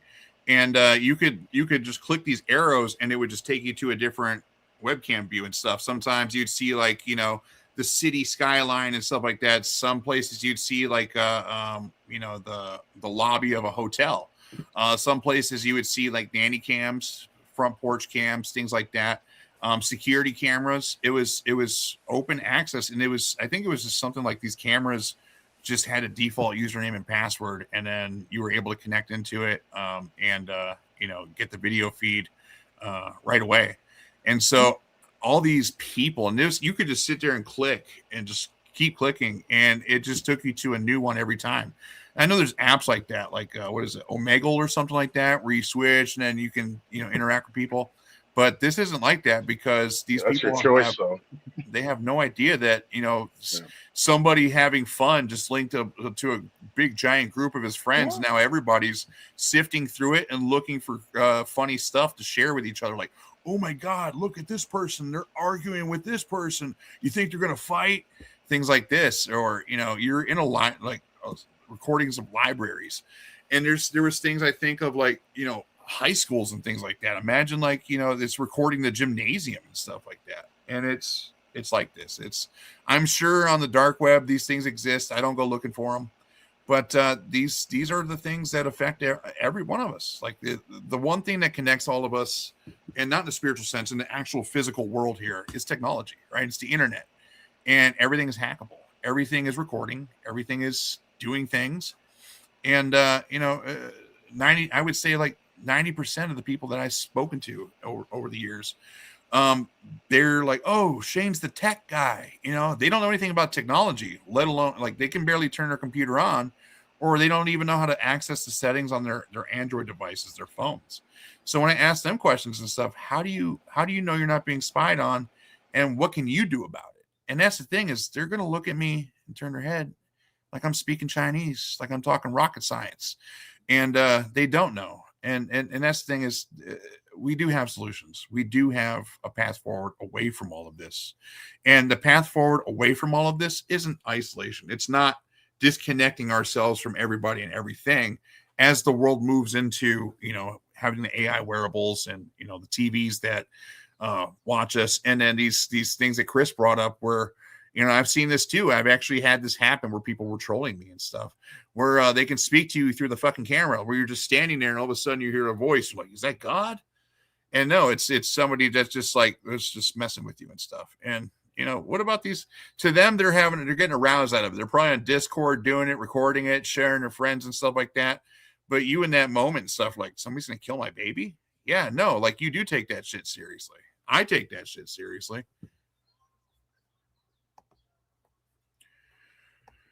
So we can go on and on and on and talk about these things probably for days. I'll just say this: the world's retarded. Like it's in a really fucked up state, and the only way to fix it is to raise awareness, talk about these things.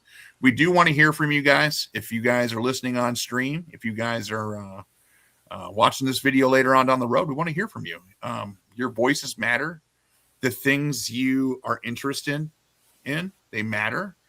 And even if you have privacy and your voice isn't heard, just know that you are heard.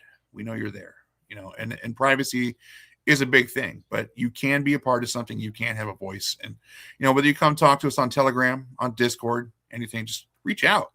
You know, we're those like-minded folks. Like, we take this stuff very seriously. We look into this stuff every day. I'm one that tinkers. I look at the technology behind things. I want to see how these things work so that I can see how things move forward with the technology. What are the systems that we can have in place to have security away from all of that retarded shit, so to speak? Excuse my language, but there's just way more crazier stuff out there than there is legitimate stuff. So it is what it is, and we have to do what we got to do. So we have another topic here. And I know these ones are, you know, absolutely lovely to discuss. And so before they drive us to the brink of madness and stuff, let's go ahead and talk about what's happening at a global scale. Here we're discussing things that are happening in the United States with the surveillance, which is just normal to the folks over in like the United Kingdom or Poland and, you know, these other countries. So at the global scale, here's the thing: is surveillance technology and the United Nations Cybercrime Treaty. The one thing I want to bring up with that is, like, everybody signed it except for the United States. It's kind of weird. Like, it's actually really weird. So if we want to move on to the topic here, surveillance technology, UN Cybercrime Treaty. So we have a global online surveillance framework, vague language targets any criminal offenses committed by means of a computer system. And it, you know, everybody has a phone in their hand, and it calls for the collection of evidence in an electronic form of any criminal offense. I mean, you can walk across the street and all of a sudden you're a criminal. So allows collection of metadata, messages, and device logs. So we just saw this, and it was a kind of semi-win with the United Kingdom here, where, you know, they're not going to force the digital IDs and stuff. Well, what they really want to do over there in the EU, UK, and they want to do this here in the United States as well, is they want to have your messages before they're encrypted. They want to see what you're saying, even though you have the protection layers between you and whoever you're speaking to. And they want to enable cross-border sharing of this data in 24/7 cooperation network. So here's the thing: is France gets all this data on everybody, you know, airports, all this, and then they go and they give it to Germany. And then Germany is like, hey, thanks for this data. You know, we got a deal going over with Australia. Here's what they got. Here's their take on it. Here's what they see. Here's what, you know, their take on crime. So crime is different everywhere. You know, I can walk across the street. It's illegal here to jaywalk. I go do that in some other country and stuff. They don't give a shit. There's no law about that stuff. So it really makes me question, who's the criminal? And what crime are they committing if you go to a country and you do something? And this raises a lot of red flags. It raises a lot of questions. You know, they go to a country, they do something, it's legal there. They come back, it's illegal here. Do they get punished for doing something illegal over there that's or something over there that's illegal here? And here's the thing is, what data are they collecting and why are they all in on it? And why is the United States the only one that's not involved with it? Why didn't they sign it? Chris, you have more knowledge on this. We spoke a lot about this stuff, but I'm the kind of person that I like to repress these types of things and get them out of my brain as quick as I can before they drive me to madness. What's your take on this? Yeah, so like we were saying before about how the different countries will make deals to cooperate. They'll say, "Oh, we'll trade data with you. You trade data with us." That's kind of the old guard. That's how it has worked with like the 5 eyes, the 9 eyes, 13 eyes, all the different versions of it. But this system is basically saying, let's get all that uncomfortable awkwardness out of the way, and let's just say that we all agree to do all of it. Instead of saying, each country has to make a deal with each country, they're just like, let's just all go all in on it, and we'll just kind of put all the data in one place and make it really easy for everybody else to gather it.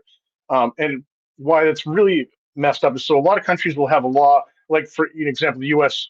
Before Snowden, we all had this belief that they weren't allowed to spy on American citizens. They're only allowed to spy on other countries.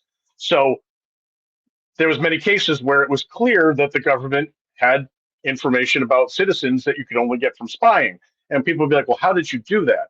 And that's what they say, oh, that's when we work with 5 eyes, 7 eyes, whatever.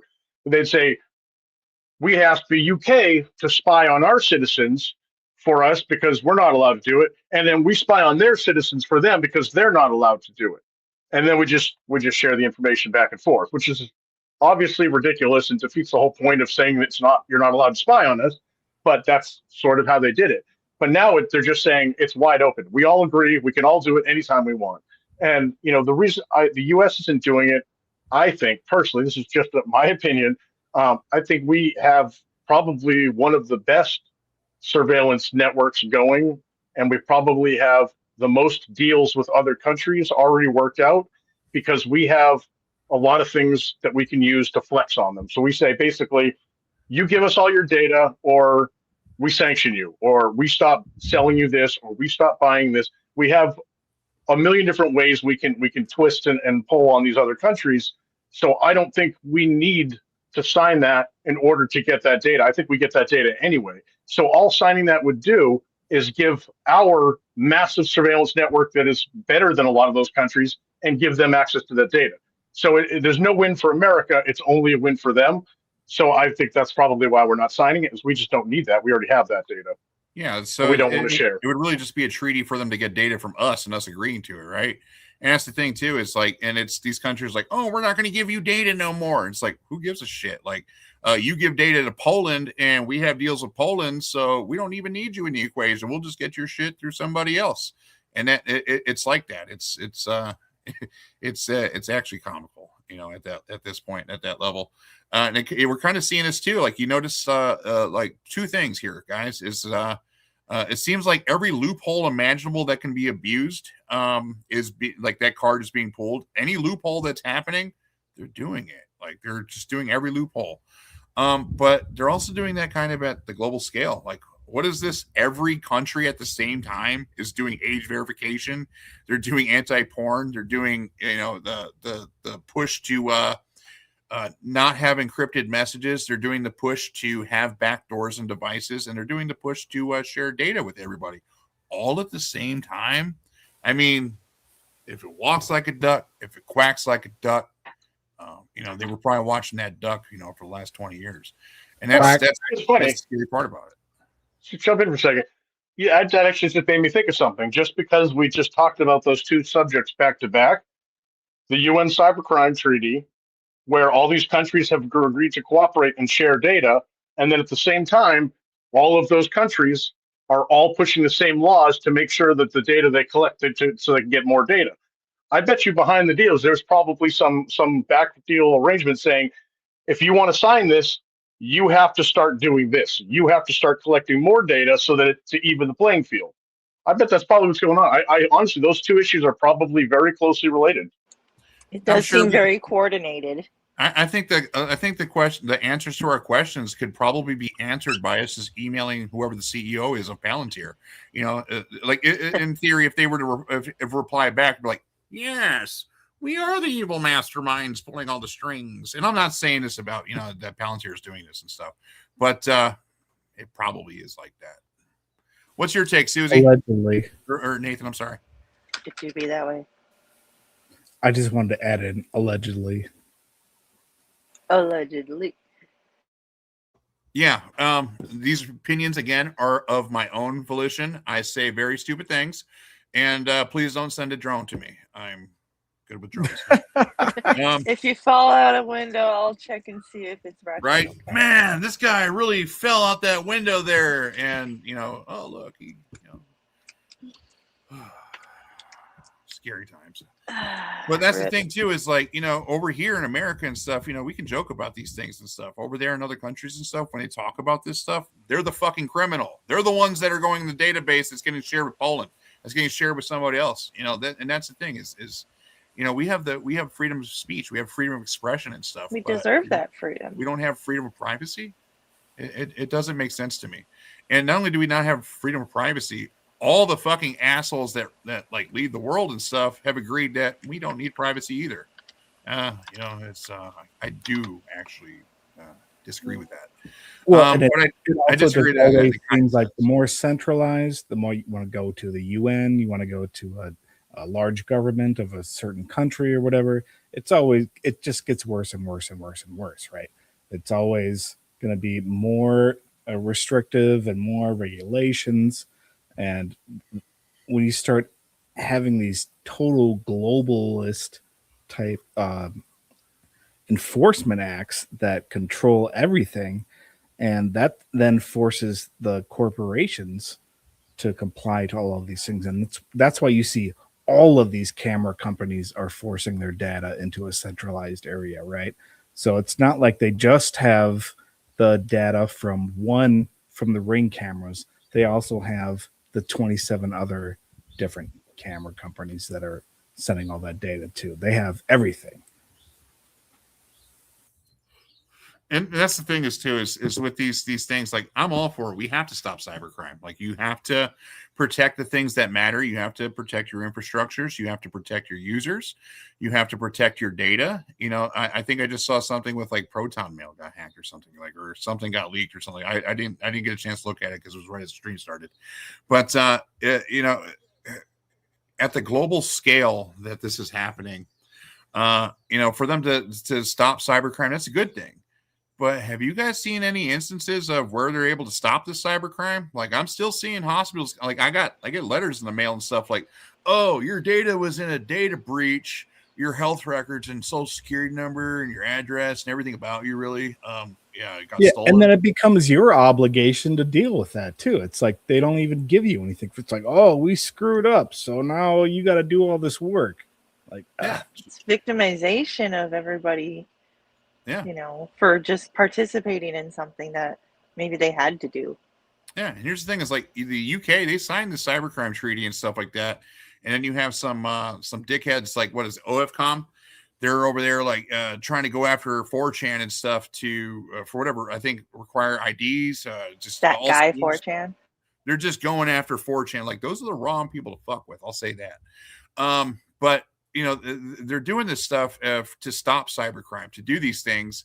And then now they're going to try and go after people that aren't within their jurisdictions, like things that, that it makes sense. Like, if you're in that country or you operate in that country, but then they're accusing you of doing something or not complying with some bullshit that they came up with. And now all of a sudden this fits within, whatever scope that they're, justifying spying and surveilling on everybody and then giving it to other countries and stuff like that. Here's the thing is, like, I don't want fucking Russia having my data. I don't want fucking China having my data. The United States, it's kind of one of those things. We were born here. It's kind of, this is how it is, but we're Americans. But even with that said, it's not acceptable. It's not acceptable for me or for the people I love to have data and information, everything about them, go to the enemy, go to the people who want us dead, not just want us dead, like are actively fucking up the world. And that's their, so by existing, and just going about my day, trying to be, humble and remain peaceful, that information is being used for nefarious fucking purposes. So the real crime is that we don't have privacy. And their justification for these treaties are that they're going to stop the cybercrime. I'm sorry, but you can't do that. In fact, if you can find a method to do that, please release it hop on this show. If you have the ability to stop cybercrime or have some great ideas on how cybercrime can be dealt with and handled in a meaningful, progressful, like the word, how can we move forward, with these types of treaties, stopping the bad stuff, stopping those hospitals from getting hacked, stopping these nanny cams, things like this. So if you want to hop on, we are here to speak to you. If you want to hop on, don't hop on camera. That is completely fine and okay. If you want to hop on and have a voice, if you want to use an AI voice changer to change your voice to speak to us, we don't care. We want to hear your perspective. We want to hear your thoughts and takes on this.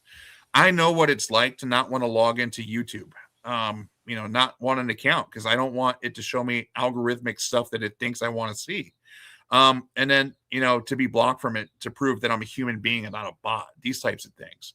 So, there's people out there and there's people globally that see everything that's happening, that as we see it, they see through the bullshit. They know what's actually happening.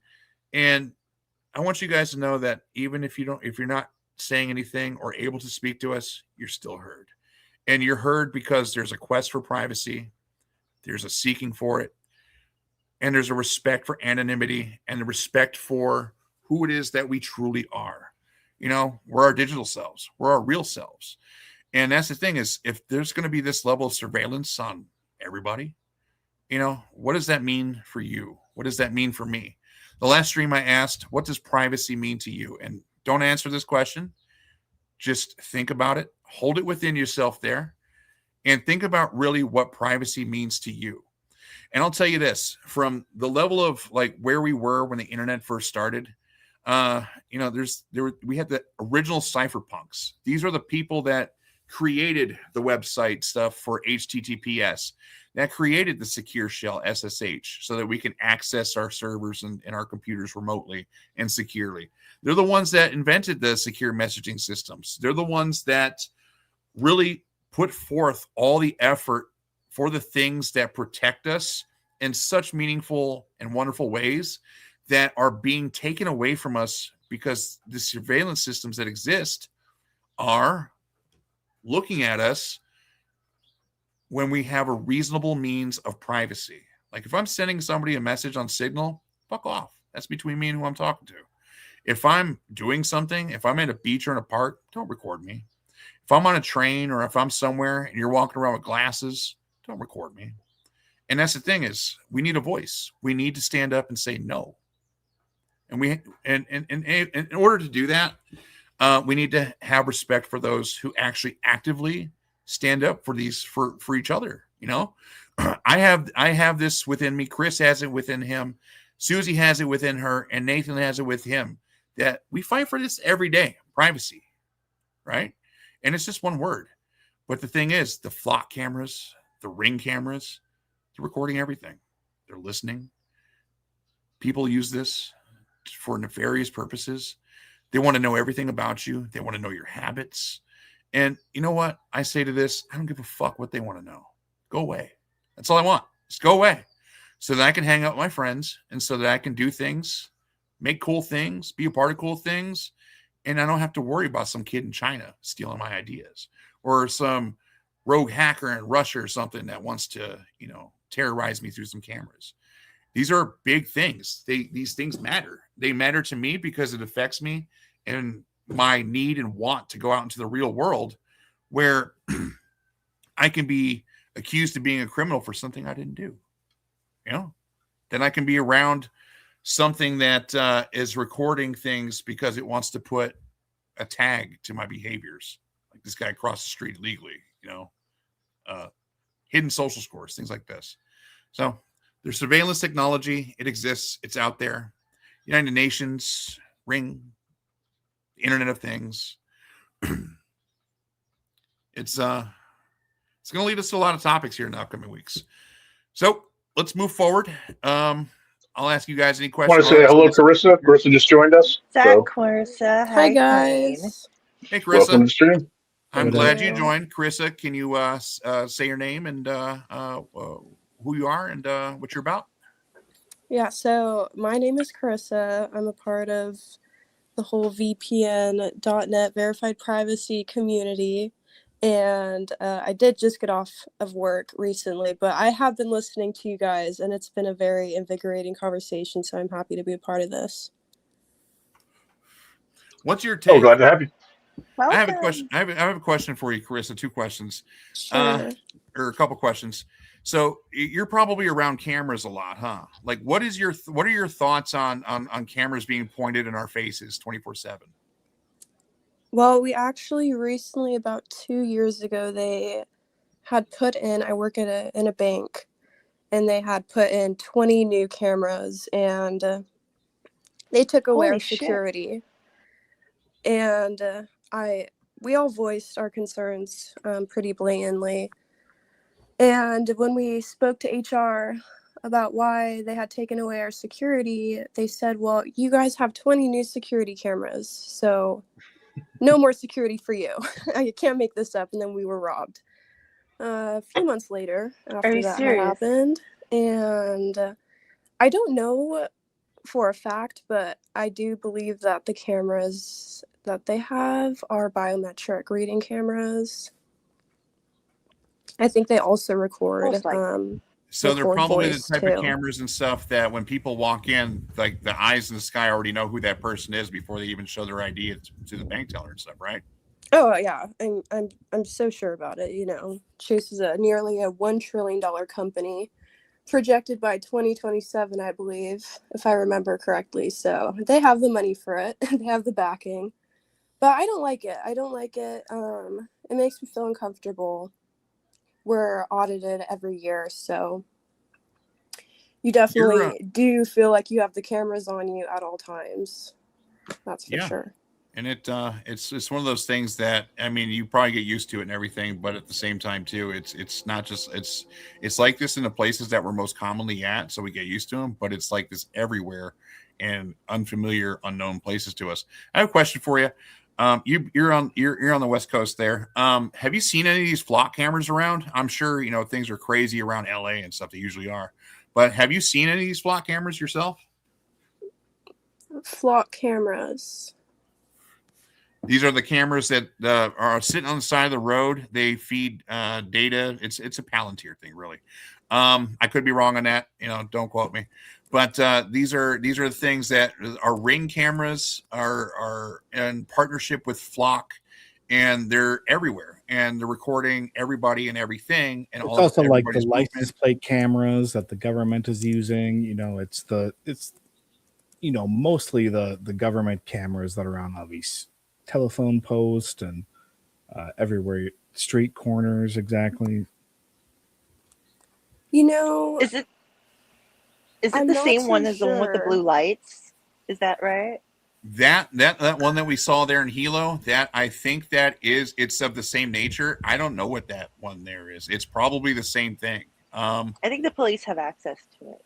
Yeah, so that's their local one. So it's when we say government things, it's actually a private company, Flock is, that sells to all the local and county and state and federal places and stuff. So it's one of those things that you're like, oh, the government can't do that. Well, the government's not doing it. It's a private company.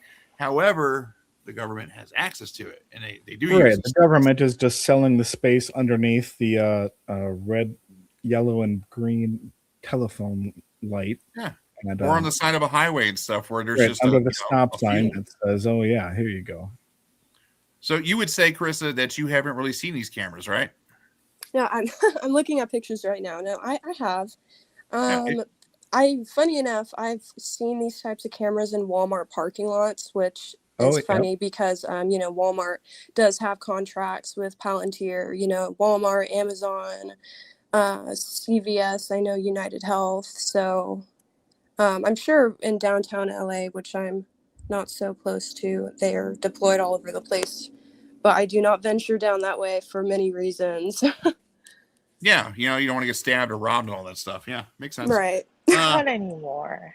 It's crime laden. When the last time I was there in Los Angeles and stuff, even the guy at the store, like my the friends I was with, we pull up to the store. I was gonna go get a breakfast burrito or something, energy drink, and then because he was parked right in front of the store, like he's already reaching for a gun. I'm like, oh, this is it. This is where I end. This is where I die. And he's like, oh man, no, who are these guys? I'm like, oh no, that's my ride. They're cool, man. And he was telling me about the crime and stuff there. So the crime there is crazy. They're on the West Coast. And that's the thing is that, that's the justification that they're going to be using for these cameras and stuff is the crime. And the argument is, if we have all these AIs scanning everybody and stuff, people will be less likely to commit crimes. I don't know if that's true or not. And that's the argument that I've seen and heard. But here's the thing is like, for those listening and stuff, we do want to hear from you. But if you're curious as to if these cameras are around you, go ahead and go to deflock.me. There it is, the deflock.me, and check your area. Check the areas that you drive to for work, that your family goes around, and take a gander at these cameras that are everywhere. And it's something that we're seeing popping up everywhere. And somebody mentioned to us that the CEO of Flock, is sending like, these websites, deflock.me, cease and desist letters and stuff. And that's really the root of the question there, right? Like it's, do they allow this crime to happen so they can put in the cameras, or are the cameras, they're designed to actually catch the crime? Who knows? And I think we'll find out in time. Both, but more to sell this data, honestly. And exactly. Because what do you think funds all of these cameras and all this ability for them to reach everywhere to everyone, and get more and more of a Skynet type of situation. One of my friends said, I saw one of my friends post on social media something about, I didn't think Skynet would be here, just by a different name. Yeah, it's not only here by a different name, but it's something that we're paying for with Ring and stuff like that. So hey, they have this brilliant plan. Okay, let's get information on everybody, but make them pay for it, right? Yeah. I'm looking at a Flock camera map right now, and it looks like within a 2-mile radius of me, there's 13. Huh. Oh, wow. So they're going to put these things in like the arteries into a city and out of a city and stuff.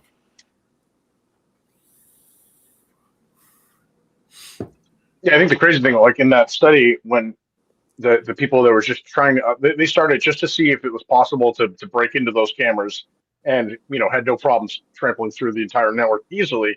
But the thing that really shocked them, like they were expecting that, busy streets, busy intersections, and what they found was playgrounds, school board meetings, like places, town halls, places where the meetings happen, polling locations, places where political rallies were happening, protests.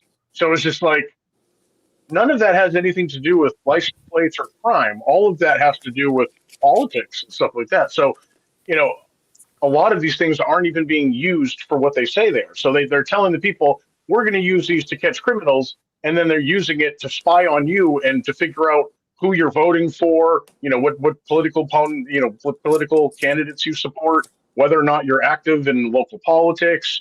And for some reason, your kid's playing on the playground, which is very creepy for its own reasons. So, I mean, that's the thing. Like, they sell it as one thing, but then that's just to open the door. And then once they're in the door, they just do whatever they want, Yep, that's it, exactly. And they keep pushing the envelope for that, Mm-hmm. What were you saying, Nathan? No, I think that's exactly. That's they just want to open the door so they can have access and have the ability to do these things. It's not like they really want to protect kids or like, oh, we're verifying the polling stations. Oh yeah, okay. You know what I can't stand, and it really bugs me, is when they're pissing on my leg and telling me it's raining. When they're telling me one thing, and as if like I'm some idiot, and then they're telling me one thing and then they're just going and doing another thing. And the more we see these loopholes and all these things and with what's actually going on, what's happening, like, we're not stupid. Our eyes are open. We can see what's happening. And then they're just blatantly doing it. They're just telling us, hey, this is for this, but we're really just doing this. And it's like this. It is like that. And I'll ask you this, Carissa, what do you think your choice is in the matter? Like, what can you do about this? Try to stay away as much as I can. I know you guys were talking about the wearables and the smart devices and such. I would never buy an Apple Watch. I turn my Wi-Fi off when I can, when I'm not using it. I do think that there's those clothing companies, there's the Faraday appliances that Mrs. CMS had commented about, which I do use those as well for my laptop, for my phone. Once again, when it's not in use, I'll have it in airplane mode. I'll throw it in the bag, and I don't want anything to do with that at all. Not only that, but something else that worries me is all the EMF exposure that we're getting hit from all corners. Yeah, we're literally walking around getting fucking microwaved. Yes. Literally. Yep. And every wearable, the Meta glasses, the rings, the rings that people wear to track their health and such, it all emits, EMFs, and people are wearing these to sleep at night. And people have gotten radiation toxicity poisoning and burns and such from these devices that they're wearing. Apple, for instance, has had no formal lawsuits so far, but I'm sure down the line people will start coming out trying to sue them. France hopefully. banned some of their iPhones for having too much radiation. The iPhone 12, I believe it was. I think France it was the banned last two, actually. The last, Yeah, the newest versions. sure. Is it the iPhone 17? I don't know. I have my I'm iPhone not 11 that I've had since high school, so. It's crazy. It's crazy to me because my daughter had an iPhone 12, and I'm thinking to myself, is she exposed to radiation? What levels, and was it safe, and why did the U.S. approve that? And should I trust that? Because I don't know if I trust what's going on in this whole surveillance world they're trying to build for us, and it's not right. For all that. But even more so, what disturbs me is, from what I heard, is it true that, they can, now connect Wi-Fi networks, to each other to where they can even, see you in your house? Yeah, through your Wi-Fi, they can make. I have 3D questions maps about of your house. that. Yeah, your Wi-Fi boxes can Is that true? Yeah. do a I've full been layout reading. of your house. Yeah. Right. And how true is, how easy it is, how easy is it for them to do it, and then how easy is it for someone else to do that to you? Right. And That's here's the thing, is like, not okay with me. I'm sure the people that have access to that stuff and can do those things, it's in this world we live with, like, good and evil. I'm sure the good people and stuff are surveilling everybody and stuff like that.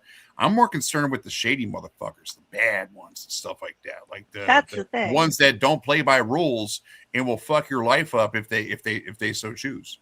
And that's the one. what I'm And that concerned goes with. back to what we were talking about earlier. Now it's like we're actually paying for it.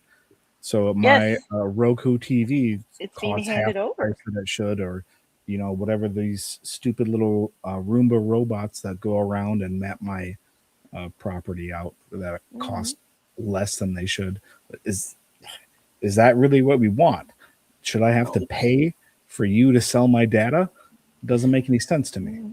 Doesn't make any sense. And People paid for these smart thermostats for their house, and then they were like a couple of years ago in California, they were having some issue with the power grid, and people were waking up and it was 50 degrees in their house in the middle of the winter because the power company was connecting to people's smart thermostats in the middle of the night and turning off the heat Oh, in order God. to preserve the grid. So it's like you paid all this extra money for this fancy smart thermostat, and you wake up freezing because they've decided you're not worth their electricity right now. I've opted out of that, actually. They have the option to do that where I live, and no. I was like, No. yeah, no. I'm glad you told me No. that. I'm No. wonderfully You have the thankful option. that you And said I that, said Susie. no.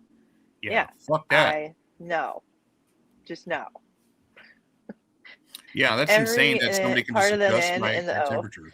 Yeah, no thanks. No.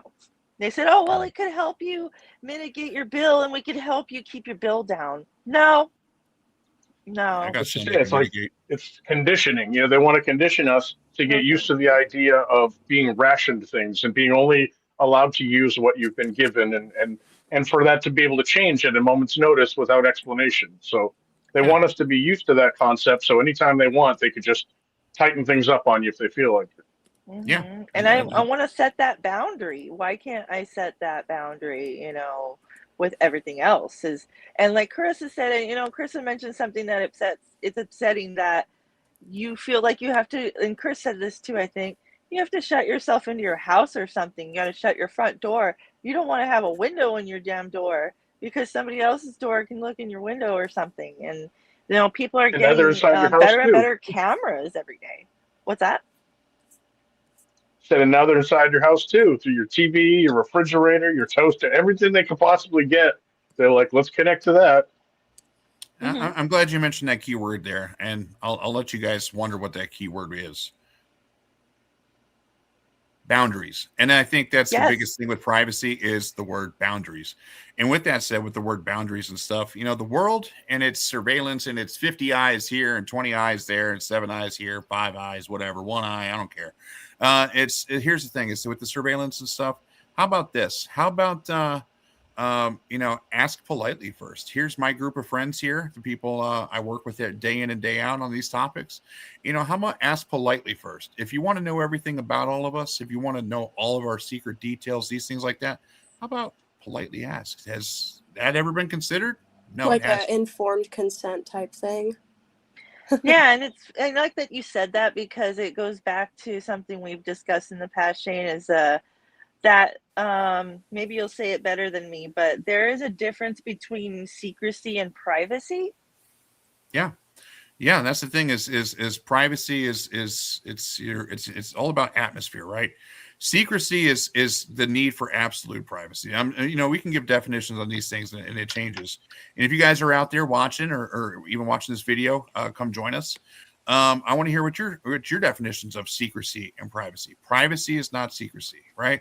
It's two different things, and it really depends on how you look at it. Like if you guys have any take on the difference between secrecy and privacy, share with the world.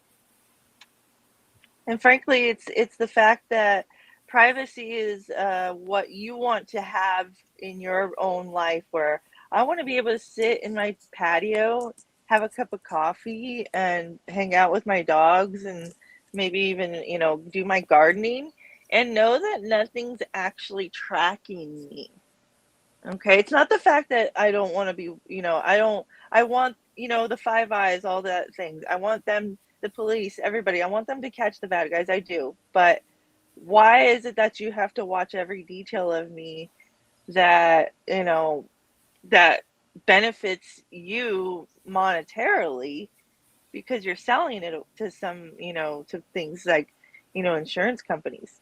Why? It's not okay. What's that? Or Palantir. It's whichever. It's not okay to me. And I'm not And I okay think with letting that it's happen. also just like Carissa and Shane just said, it's an informed consent thing. It's like I should really have the choice of you selling my data versus you controlling it. And why don't we get a cut at least? We Give should. us some of that Yeah, and not action. only that, Using our likeness. why can't they be sued for that? Like, because that's not okay with me. What if I'm not okay with the fact that they filmed my kids by doing something in a private setting that maybe I wasn't okay with? Why is it that they're not being sued by parents all over the world, all over the country? Like, let's go stay in the US, I guess. Oh, hi, dog. Thank you. Well, and it's also just part of the human experience of being polite. I ask you, please. You tell me thank you. I give my consent. If we're going to be recorded or doing something, then you ask me about it. Not just you're recording me and you sell it secretly to all these different international companies. That's crazy. And use it in every which way. Right. that can make And now money. you act like That's what's you not own okay. me on a video. Like, you don't own me. I'm a human And you being. lose That's not what the human experience is about. You know, we are supposed to interact with each other in a certain way. the reason why everybody got those cameras and surveillance items in the first place. It's not for that reason. It was for the reason Oh, they bought it exactly. for. Exactly. So that's not what we signed up for. It's not this. That's not how any of this works. And that's It's that not how it should work. it's how it is. It's the truth. This is what we're looking at. This is what we're all dealing with in our everyday lives. And you know, really what we need for all of this, we need heroes. We need somebody to come along and save us from these things, or at least, you know, give us perspective and lead us to a path in which we can come together and make change with these things, so that we can go to the parks, so that we can go to the beaches and stuff, and not be, you know, lumped in with some criminal where there's no chance of an error to accuse us of things, where there's whatever the reasons for privacy may be. And it's an infinite amount of reasons for us all. We definitely need a hero. We need the heroes in our communities to stand up, be loud, you know, be kind, of course. But there's definitely a need for change. And the world is changing no matter what, how we like it, whether we agree with it. I think it's already been made clear that whether we agree with it or not, it's going to be like this. And here's the thing: is we can put a stop to these things. You know, we're going to start a new weekly segment here on the stream with the hero of the week, where we announce these heroes, these people who are, you know, fighting the good fight, like the cypherpunks, and what the cypherpunks are moving into now. We're not just fighting for encryption now, but we're actually, you know, fighting for the love and respect and what privacy offers us. So this is a new weekly segment where we honor someone who is fighting for privacy, free speech, and internet freedom. We want to highlight the everyday heroes who stand between us and total surveillance state. So if you want to go ahead and roll that clip, and we'll go ahead and take a break here, Chris. You guys enjoy the video. We look for the champions leading the way. Go fight for your internet rights every day. It's freedom and justice that we truly seek. We salute the hide and speak hero of the week. This week's Hide and Speak Hero of the Week is a man named Jonathan from Bend, Oregon, who goes by Ecstatic J on Reddit. Jonathan is an inspiration to us all because he is living proof that one person can make a real difference. Like many people, he does not want to be under constant surveillance, so he was naturally opposed to the flock safety cameras popping up all over his hometown. But Jonathan decided to do something about it. His undying vigilance to this cause was the driving force behind Bend, Oregon canceling their contract with Flock Safety and disabling the cameras, a massive privacy victory for this city of 100,000 residents. It also sets a precedent that people can use to convince their own cities to ditch the Flock surveillance network. From all of us here at Hide and Speak, and on behalf of every single person out there, since privacy affects every one of us, we want to say thank you. As this week's Hide and Speak Hero of the Week, Jonathan will receive a free month of vp.net, the only VPN that can't spy on you. Jonathan was kind enough to prepare a statement for us about his path to victory and also some brilliant advice and actionable steps you can take to make a difference in your own community. What happened in Bend is proof that local governments can change course quickly once policymakers and the public clearly understand the privacy, civil liberties, and security trade-offs. Our approach was not about being anti-safety or anti-police. It was about being pro-accountability, pro-due process, and pro-democratic oversight, especially when a system enables wide area location tracking and the data can be accessed, searched, or shared in ways residents often don't understand until it's too late. Here are the concrete steps we took that led to Bend, Oregon deciding to end its relationship with Flock. 1. Build a receipts-first fact base. Get the documents, quote the documents. We obtained the contract packet, amendments and addenda, and supporting procurement materials and read them closely. We pulled the sections that matter most to residents and policymakers: what data is captured, how long it's retained, who can access it, how sharing works, and what the vendor controls versus what the city controls. The receipts matter because they shift the conversation from opinion to governance. We could point to the city's own paperwork and ask officials to respond to the reality of what was signed. 2. Translate privacy concerns into decision-maker language: risk, liability, compliance, governance. We frame the issue as a legal compliance risk, including sanctuary obligations and potential exposure if data is accessed or shared in conflict with local values or state law. Data control risk. Who ultimately holds the keys, how easy sharing can become mission creep, and what happens when outside agencies get access. And security and operational risk. What the system enables in practice and what turning it off actually means. 3. Communicate early, clearly, and in writing to the people with authority.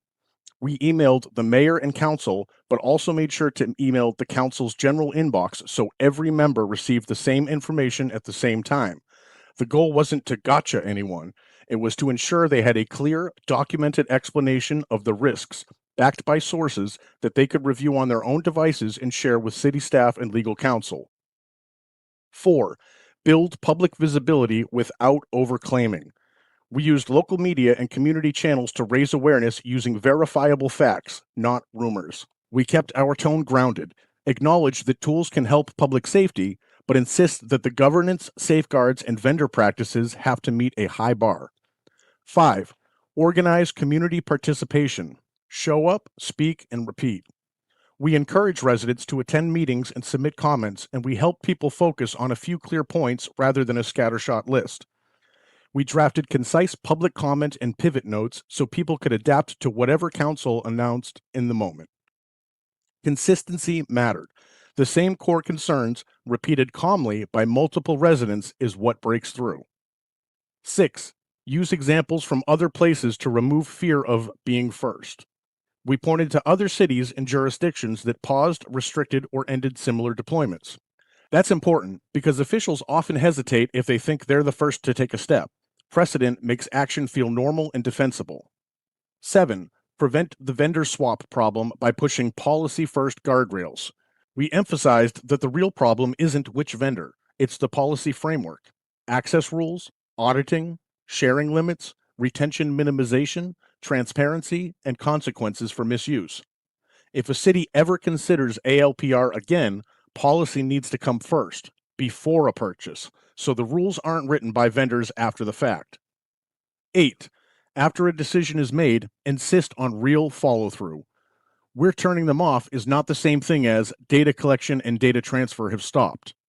We stressed the need for clear confirmation of the status of collection, upload, access, sharing, and removal, because residents deserve to know what is actually happening, not just what is being said.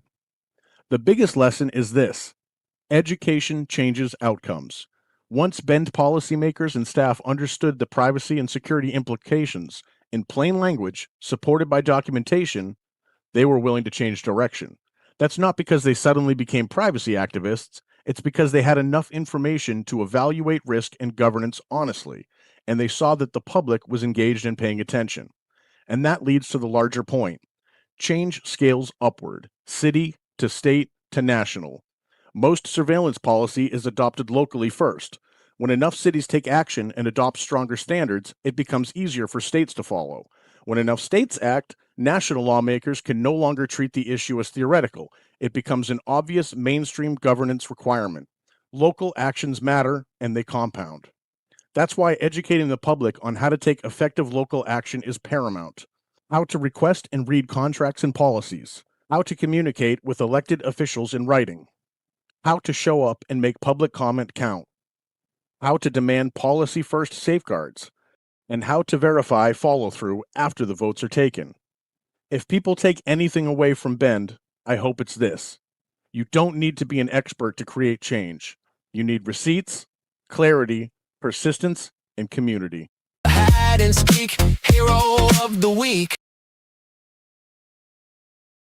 I like that. We need persistence, and we need community. And when it comes to community, that's us. That's you. That's all of you.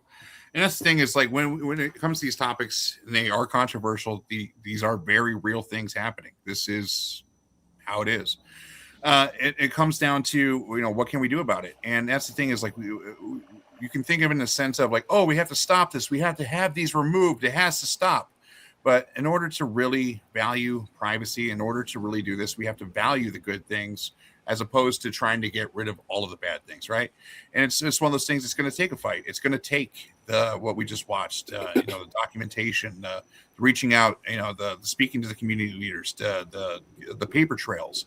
It's going to take all that stuff, and not everybody has the time in their life to do these things. Not everybody has the energy to do these things, and that's the thing, is not everybody is even aware of to even have to do these things.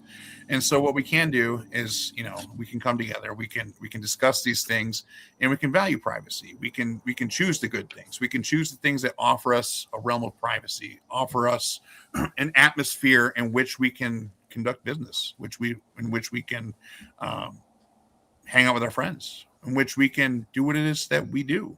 Whether it's playing video games, whether it's watching TV in your living room and stuff, be conscious about what's actually happening and what's actually running on our computers, what's running on our devices. These topics, they are they're really important, is all I can say. It's something that me and everybody here, we look at, we read about, we watch daily. And in the sense of, just because we see what the world is coming to, and we see, that these things have been it's been a long list of issues that have been happening for a long time now, but it's becoming more obvious. It's becoming more blatant. And not only is it becoming more obvious and blatant, it's becoming more obvious and blatant, and you're agreeing to it and you're paying for it. And these things are happening in our households. They're happening with our family. With surveillance and the quote of, when you're being watched, you change. I want you to know this: never change. Keep being you. And if you want to hop on here, have a discussion with us. If you have any questions for us right now, feel free to type it with the capital letter Q, : and type your question there. We can pull it up on stream. If not, we have people that like to watch these videos later on. If you want to join our Discord, join our Telegram, and if you want to speak to us even personally and stuff, you can send us each personal messages if you like. But we want to hear from you. Our goal here is so that we have a voice, so that we can discuss the things that matter to us, and so that you have an outlet and a place for you to discuss the things that matter to you. And we'll be moving on to other topics and stuff. It's not going to be as long as the discussion on surveillance. We could probably go for days talking about this stuff and the injustice and the wrongness of it. But the one thing's important is community. And with that said, that means you're important. That means I'm important. That means everybody here is important. And these topics and these questions and these answers could help us raise awareness. It could help us find those leaders out there that are like, hey, we don't need these things in our communities. We need better. And I think that's the biggest thing that we can all fight for is, making things better. And there's a fine line between the way things are and versus how they should be. But the thing is, though, is how they should be. And when it comes to privacy, that's between you and only you. And that matters. It truly does. If you can imagine a world that's better than this when you look at the news, I think this is something worth fighting for. And it's highly valuable. I'll say that. It's very fun to talk about.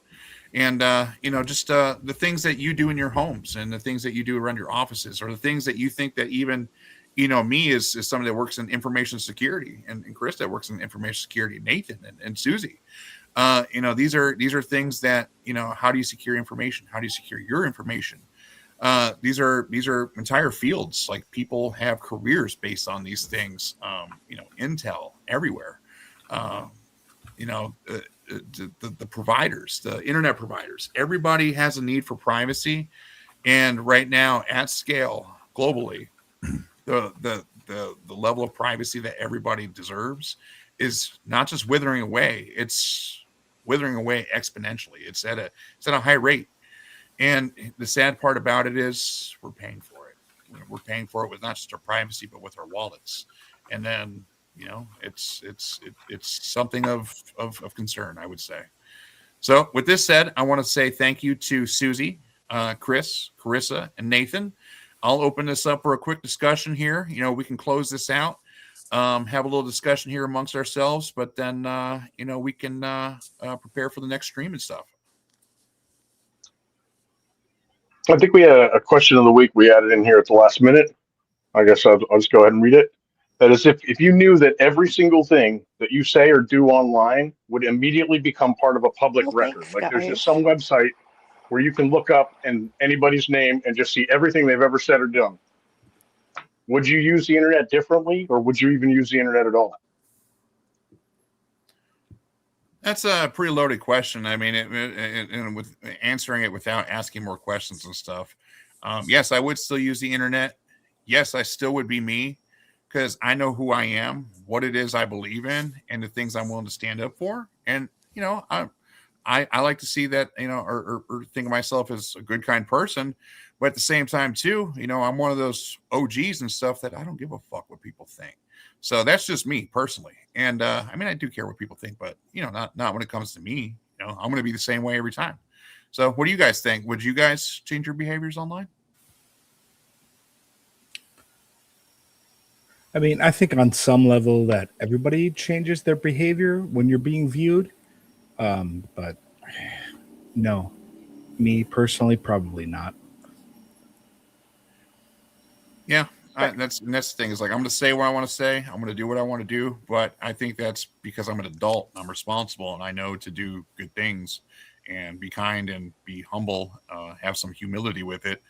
But at the same time, it is kind of already like that. If you make a comment on Twitter and stuff, people will see it. They will, post it back to you and stuff.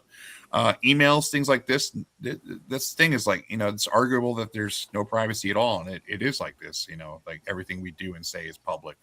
But at the same time, too, it really highlights that need for privacy, right? What about the things that I want to do and say that I don't want people to know about? Things that are in my life, or maybe I have an opinion on something and I'm ignorant about that, and I need to vent and get that out there and express myself. And then the next day I'm calmed down and I have clarity because the truth comes to me. And it's one thing I've learned is things aren't as bad as I think they are in the moment. Some things will make me angry. True. And then the next day I'm like, okay, yeah, no, that's cool. It's whatever. So that's the thing is like who you are in the moment isn't going to define who you are, forever. That's the thing is we have to wake up to this kind of wisdom and stuff. I don't want to go back and look at like my 12-year-old me's MySpace or, however old I was and stuff like that. I'm sure, I don't want to see that shit. I don't want other people to see that shit either. Like I was emo as hell back then. But that's the thing too, is like everybody's got a past and everything. Right. And, there's a saying that I like to say that every hacker has their secrets, right? And it's true. Every hacker has their secrets and stuff, not in the bad sense, but in the, it's true. Yeah, for me personally, like I used to be the type that I didn't care what other people thought. So if you asked me that, 20 years ago, I would have been like, no, I'm going to be the same person no matter what. But then I had kids, and we live in a world where, like, the sins of the father are often, the children end up paying for. And, there's a lot of crazy people out there. So you make an enemy online because of something you said, that might end up affecting your family, might end up affecting your children. So when, as soon as I had kids, like, my behavior sort of changed and I had to start self-censoring myself, not because I don't want other people to know that I believe that. It's because I'm worried about how other people would treat my children if they knew that I believe that, which is a sad thing, but that's kind of how it is. And now, because of all the things we talked about today and so much more, I already assume that. I assume that every single thing that I say on the internet is going to become a part of the public record. And you kind of have to at this stage because you really don't know. And even things that are secure and safe today, you don't know if 10 years from now some new technology is going to come along that can retroactively crack all that stuff in the past. So it's even if you believe you're using the safest, and even if you truly are using the most secure technology in the world, there's still a part of you that has to wonder, like, do I really want to say that? And that's the world we live in now. That's the big problem with surveillance technology is I think it's everywhere in every part of our lives, and everybody to some degree is changing their behavior as a result of that. And unfortunately, sometimes it's really, really important things that they're afraid to say. It could be speaking out against, fraud at their company that affects millions of people. It could be speaking out about, some horrible human rights abuse that the government is involved in. There's so many possible things, but if they think that they're going to be retaliated on, then they're afraid to say that. And like those, you look back in our history, there have been so many massive things that came out because one brave person stuck their neck out there and told the world. But as the surveillance technology creeps over the world and becomes more and more advanced, you're going to see a lot less of those people, which means there's going to be these huge major problems affecting society that no one's going to bring out into the light, and they're not going to get fixed because people are too afraid to talk about it. And that's the thing. That's why we're here. You shouldn't be afraid to talk about these things. You shouldn't be afraid to be private. You shouldn't be afraid to hear these topics and to see what's actually going on in the world, like and in our communities. And to bring change is it's needed. It's very much needed. All right. I want to say thanks again to Nathan, Chris, Susie, Carissa. Well, we have a few questions here that we pinned to answer at the end here. Oh, okay. I didn't see the questions there. Okay, cool. I was going to say too. I have one question here. When I answer from Mrs. CMS, and she says, "Can I play devil's advocate? Isn't there some value in these cameras if you're looking for a missing person? Say for example, a person with Alzheimer's disease takes the car somewhere." And my answer to this would be that who controls your insurance rates? What are they going to do with this data once they know that somebody in your family has Alzheimer's? Do you think that they're going to use that data to protect that person or to charge you more money? Are they going to drain their Social Security? What is really going to happen with this type of data once they control it completely? I'll say this. They do control the data completely. I'll say this also, that with the insurance and stuff, these medical companies, they do obtain this data. There's a fight right now for, they're charging people prices based on what they think you should pay, and not just for insurance, but for actual consumables, things like this. As far as playing devil's advocate, absolutely. Yeah. No, we want to hear that devil's advocate stuff. When you ask a question, isn't there some value of these cameras if you're looking for a missing person? I would absolutely love to answer that question, but I have to answer it with a question. Can you show me one shred of evidence in which any of these cameras being used have saved a missing person? Because I would absolutely love to see that. I would love to know that there's hope for human trafficking and that we can stop the wicked, like not stop it, but have something to help us and like we have loved ones disappearing from our lives and things, and it's already hard enough for the good guys to handle everything they're handling. So yeah, wouldn't it make sense if they could help find missing people or find people that are trapped or in a bad situation and stuff? And who controls the missing persons list is right. Hillary Clinton. So I was just going to say, I'm looking it up, and this is on Flock's website, so take it with a grain of salt. But they claim that 1,000 missing persons have been reunited by using Flock technology, mainly like during Amber Alerts, because they can see the license plate. So that, they put the Amber Alert out for the license plate, and they immediately put it through the network, and like, if any camera sees this license plate, alert us.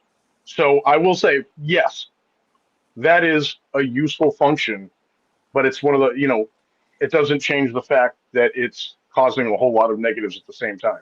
You know what I mean? For every one kid that is being found, how many kids are being watched on playgrounds by some creep who just logged into their camera that didn't even have a password on? You know what I mean? People are being investigated for abortions, and we live in a world where the bad does outweigh the good. I hate that it's like that, but it's true.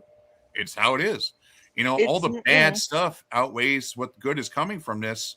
Why are we not seeing more of these things? Missing children, missing people, human beings like being reunited with their families. That's the stuff I want to see. And no, that is a good thing, right? So yeah, you can play devil's advocate with this stuff and ask these questions and stuff.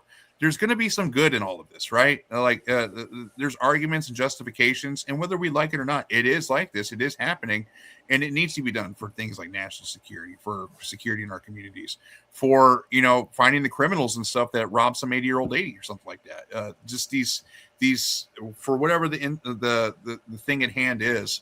I think there's good that can come from it, but when you think about all the bad things and who can be made victims because of the surveillance, but these lists being leaked on the dark web, and for people being falsely accused of crimes that they didn't commit because the AI said they did or had a high probability percentage rate in which they are they're guilty.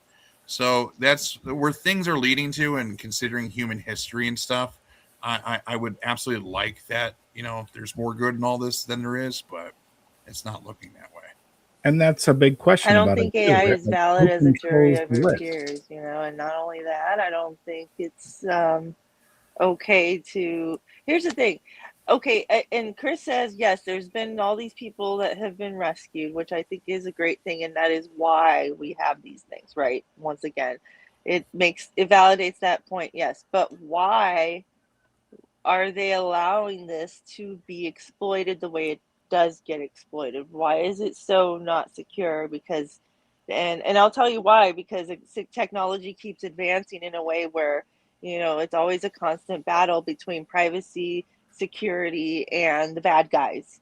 So the problem is that yes, we're saving all these people, and no, we're not protecting children at the same time, and it's just terribly a double-edged kind of sword in a way.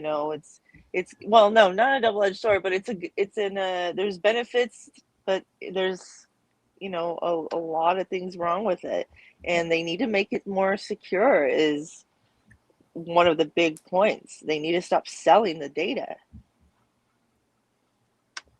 Well, that's something though too that is quite concerning to me, as well as these people who are quote unquote concerned about child welfare.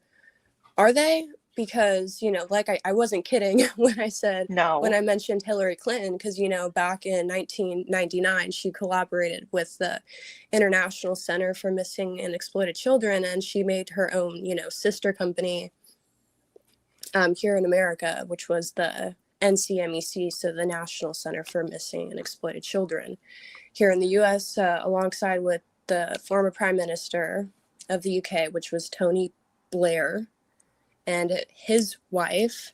And if you look at their data charts, I mean, it doesn't seem like there's many kids, being reunited with their families. In fact, human trafficking has, skyrocketed 5,000%, in the thousands over the Wow. past 20 years. And then you have the Masonic child identification programs made by the Freemasons, where they take digital fingerprints of your children and dental impressions, and they take DNA. And I'm just like, I would not, very questionable people have your child's welfare in their hands, and I don't like that. I mean, the other thing too, a lot of these systems like Flock, for example, there's a lot of false positives. It can lead to really, really scary situations. I'm reading this article on Electronic Frontier Foundation's website, and it says, imagine driving to get your nails done with your family, and all of a sudden you're pulled over by police officers and allegedly driving a stolen car. You're dragged out of the car and detained at gunpoint. So are your daughter, sister, and nieces. The police handcuff your family, even the children, and force everyone to lie face down on the pavement before eventually realizing they made a mistake. So the license plate had the same number of something that showed It's up as stolen. terrifying. The problem is she was driving a car, an SUV with Colorado license plates. The stolen vehicle was a motorcycle with Montana license plates. That's And terrible. they Exactly. handcuffed children and put them face down on the ground at gunpoint over that. And Yeah, And so who that's gets just to one of input, many examples of it. who gets to It's input that terrifying information for a into the parent. system that says, this is a person of interest, this is a missing person? Like, my crazy ex-girlfriend could very well just upload a picture of my face with all of my information and say, this is a missing person now. And then all of a sudden I'm on a list, right? So I get pulled over and pulled out of a car like that. That's crazy. None of these systems even make any sense from the public's point of view. that is the truth. Then that's the thing is, Conway's law and all that. These systems, they don't make sense, and there's no perfect system, right? And it's I wish there was. I wish that we listen. If this was saving people left and right, I think we would be hearing about it. I think we would be seeing it. I think there's way more to it. I think with crime, with the bad, wicked stuff in the world, missing people and stuff, I think there's a lot going on that we don't understand, that I don't understand. But at the same time too, there's good in it, right? You know, like with Target and stuff like that. Like when they finally call the cops after a serial kleptomaniac is stealing from them and stuff. When they finally reach that $1,000 thing and make it a felony and stuff, we're getting a thief off the street. If they're stealing from Target, you know, they're probably stealing from other places and other people too. So that's the thing is there's it depends on how you look at it, right? And I think these are going to be questions that we're going to see answered as all of this keeps being implemented into the world. We have no choice. My problem with it is that, like, if you look at like the rates of crimes being solved, they're not going up. So, I mean, like all this technology supposedly to make it easier to solve crimes, get more criminals off the streets, but that's not what's happening. Like instead, what's happening is they're investing money into systems and then putting less actual police officers on the street and less actual people who have a brain that are actually investigating things the proper way. So it's like in the past, we were arresting just as many criminals, but it took police officers to do that. Now we're getting rid of them, and we have computers doing all the dirty work. And essentially, it's making us lazier at law enforcement. It's not making us better. We're not catching more criminals. We're not preventing crime from happening. No, it's not getting better. The crime rates are going up over the last few years in a lot of places. So, like the concept that this is going to make everybody safer, like that didn't pan out. So now what? Now what is the point of it? Why are we doing this? You know? And then the next one was, well, it's going to save us all this money, you know, because we can get rid of those police officers and just use this instead. Well, now you're having multi-million-dollar settlements left and right because they're accidentally handcuffing children and putting them face down on the ground because the license plate reader told them to. So now aren't we spending more money now once you count all those settlements? So like all of the reasons why we're supposedly doing this, they're not panning out, but we're not reversing course, you know, except for, you know, we saw in Bend, Oregon, we are. And that's the thing. A lot of these politicians don't understand this technology. They don't understand the implications. And like in his message that he said earlier, that was the turning point. It wasn't that they suddenly became privacy activists. It's just that they suddenly understood what the law actually meant, and they just didn't realize it before. So that's why it's so important for us to keep talking about these things and, you know, follow those steps you were saying on how to get involved in your local community. Because I think there's probably cities all across America that are doing this just because their neighbor did it, and they want to look good too. And that the guy down the street did it. Well, maybe we should do it too. And they don't really understand what they're doing or what it means. And I think probably a lot of them, just like Bend, Oregon, if they really knew, they'd say, hey, this is a bad idea, and they'd pull the plug on it, especially if they realize that the people understand what it means and the people are against it because they need their votes. So we have to just make it clear to our local politicians, we don't vote for you when you're doing this to us, you know, and that has a real effect. It does indeed have a real effect. A real effect. It's you know, the more I hear from you guys on it, and like versus stuff that, like, you know, like we read stuff, it's a hot topic. It really is, especially now. And it's one of those things that's leading to false arrests, false detainment. And this thing is like, yeah, cool. You weren't charged for a crime, you weren't taken to jail and stuff, but they still fucked you up, didn't they? They still messed your day up. Oh, you had to go sort this out for 2 days. You lost your job because of it, that type of stuff. There's real world effects, and it affects all of us. And the only thing that we can do is really have our communities come together and be like, get this shit out of here.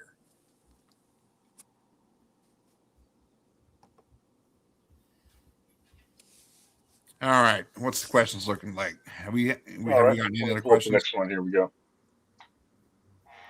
What is zero trust technology? You want me to answer this, Chris, or do you want to go for it? Or sure, you can hop in.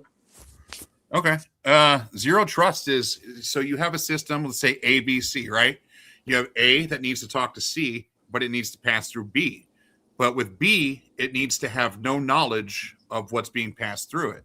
So when it comes to zero trust technology, it means exactly what it sounds like. You can't trust anything or anybody. And it comes down to how things compute, right? And so if a computer is processing something, it knows that it's processing it. So then you can have surveillance attached to that because it knows that it's processing. It knows what it's processing. Say, for example, you send an email from point A to point C, and it's processed through point B. It has knowledge of what's in that email because it had to, go through every letter and then, send it to point C. So when we're looking at zero trust technology, it's the future. What is zero trust technology? It's the most important part of our future, I think, because there's too much going through the air, as far as radio waves, as far as cell phone signals, as far as internet traffic and things like that. Who's looking at it? Who's doing what with it when they do look at it? And that's the thing, is when you have zero trust technology, you're taking the biggest elements out of the equation of what you can trust. You're taking people out of the equation. Like, people in any security system, it can be considered a weak link because they can be manipulated. Somebody can call with an AI voice like, "Hey, can you get this information for me? What does it say on line 3?" Yeah, and it sounds like your boss calling you with that. So that's the thing, is like, you can't trust a lot, especially with the way technology is changing. So when it comes to zero trust, it means that systems exist to process things and can do things without having any knowledge of what's inside of it. So think about magic happening inside of a box, and out comes, something realistic is the best way to describe it. I'm sure there's days where I could better describe what zero trust technology is, but the more you look into it, the more, if you have an engineering mind, I think the more fun you'll have, because you'll just nonstop think about, how insecure things are, and, how you can make them better, how you can make them secure. So when you take trust out of the equation, and you can verify with your own two eyes, with your own intuition, your knowledge, and your eyeballs, and see for yourself that, it can't do what it can't look in, and that there is no trust needed in it. When you can verify these things, I would say that's the most important aspect of zero trust technology, is that these things can do things without anybody else knowing, and you get results from it. Yeah, one thing I like to say, is just imagine your house is like the old systems, and you have a door that has a lock on it, maybe even have a security system. But once you get past that, you have free access to the entire house. You can do whatever you want. Now, a zero trust system is kind of like, say you get past that door lock, but then every other door in the house, every cabinet, the refrigerator, every single thing in that house also has its own lock with a different password, because it doesn't trust the lock on the front door. So just because you made it past the front door doesn't mean you get to go anywhere else. It doesn't mean you actually get access to any of the things that are inside the house, because every individual thing in the house is also locked down, and none of the things trust each other. So even if you say you somehow got the password for the refrigerator, that doesn't mean you can go in the cupboards, because the cupboard doesn't trust the password for the refrigerator. And that's kind of the idea, is that at every single stage along the way, it doesn't trust anything else. So just because you came in here as an authenticated user, that doesn't mean anything else to level 2. Level 2 is like, no, you're nobody to me. I don't care what the first guy said. You're cool. I want to check you out too. And by doing that, like, it gives you many more opportunities to prevent an issue. And the problem is, like, so you come in the front door, for example, and you have a question, you have certain information you need to get in there, and you tell it to this doorman who lets you in the front door. And to get into the second door, you need to have a different passcode. And then to say that the information you used to get in the first door is highly private information, so it can't be known to that second guy, and it can't be known to the third guy. And that's the idea, is that even though all of those rooms in your house and all those doors and all those things are all part of one system, they're all sort of operating on their own sort of security protocol, and nobody trusts anybody, nothing trusts. So at every stage of the way, there's that next opportunity to realize, hey, this isn't what it's supposed to be. And by doing that, nothing ends up in the wrong place. Like, none of the, you're not going to suddenly find the TV remote upstairs because it has to go through 8 different locks to get there, that kind of thing. So zero trust is just basically, being as hyper paranoid as possible about everything, and making your system hyper paranoid about everything as well, to the point where it doesn't even trust itself. So while the system's running, it's just like constantly verifying itself and verifying that anybody connecting to it and anything that it's doing, even its own functions, when it's doing something within itself, it's still continuously verifying, am I supposed to be doing this? Am I allowed to? Do I have permission? So it's just a much more secure way of doing things. Whereas, going back to that first example, the old systems, you have the password, or if you break that first line then you have full reign of the system. It's the best explanations we can probably give for that. It's what it sounds like: zero trust, where a system doesn't even trust itself, and that's the thing, is like it's zero trust, and it keeps you away from the hackers. It keeps you away from the most sophisticated people that would be able to get in on it and stuff like that. They can't even get in on it. When you eliminate all access to it and stuff, except for what's intended, that's what zero trust is. You can't trust anything. You can't trust anybody. It's hard. I hate to say it, but that's how it is. We have a question here from Winston. What data rights exist in the United States? Is there a set of laws that deal with that there? That's with data rights in the United States, it can vary. If you want to speak on this, Chris, feel free, because I'll probably extend out into 50 different subtopics with this one.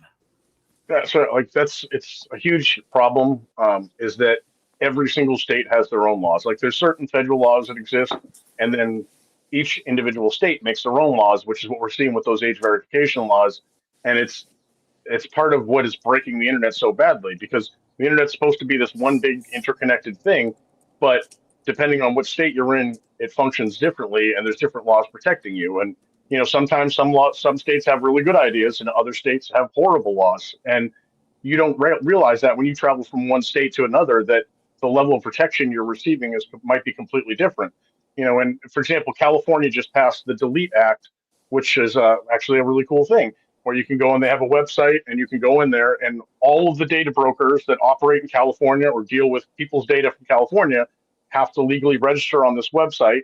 And you can go there and you can submit and say, I want my data removed, and they have to remove it. And if they don't, they get fined. And like they just passed that law, and they've already, in the first week, they've slapped big fines on a bunch of different data brokers simply for not even registering. So it appears that they're actually serious about it. And like that's a pretty cool thing. But if you go 10 minutes across the border, that doesn't exist. So the privacy laws vary so wildly by state. So it's really difficult, and you really have to understand what they mean in your state, and you really have to look it up, because it's completely different. What in California, everything is highly restrictive in most of the privacy laws, and they actually do a pretty good job of trying to protect people's privacy. And then there's other states that it's pretty much wide open, and there's not a whole lot of protection. So there isn't really much as far as the U.S. goes that protects all of us. That's for example, you go to Europe and they make these big overarching things like chat control that they're trying to pass and stuff like that. And GDPR before that, which kind of became the global standard, and a lot of other countries started copying that. But America, it's just a big mess of a bunch of different sloppy laws. Very few of them actually make sense or work well, and a lot of them contradict each other. So unfortunately, we don't really have anything good to protect us in America, like as a country. Yeah, I'll vouch for that one. As far as like data rights in the United States, they on a 1 to 10 scale of data rights being 10 being good, 1 being bad, we're probably at like a 2. We're number 1. Oh wait, what? Yeah, we're probably at a 2. Like we're kind of heading in the same in the right direction with things. Kind of like we're headed, yeah. Like we're like, oh, we should go this way, but like we stopped, and we're not going that way. Not yet, but we can. That's the best way to describe that one.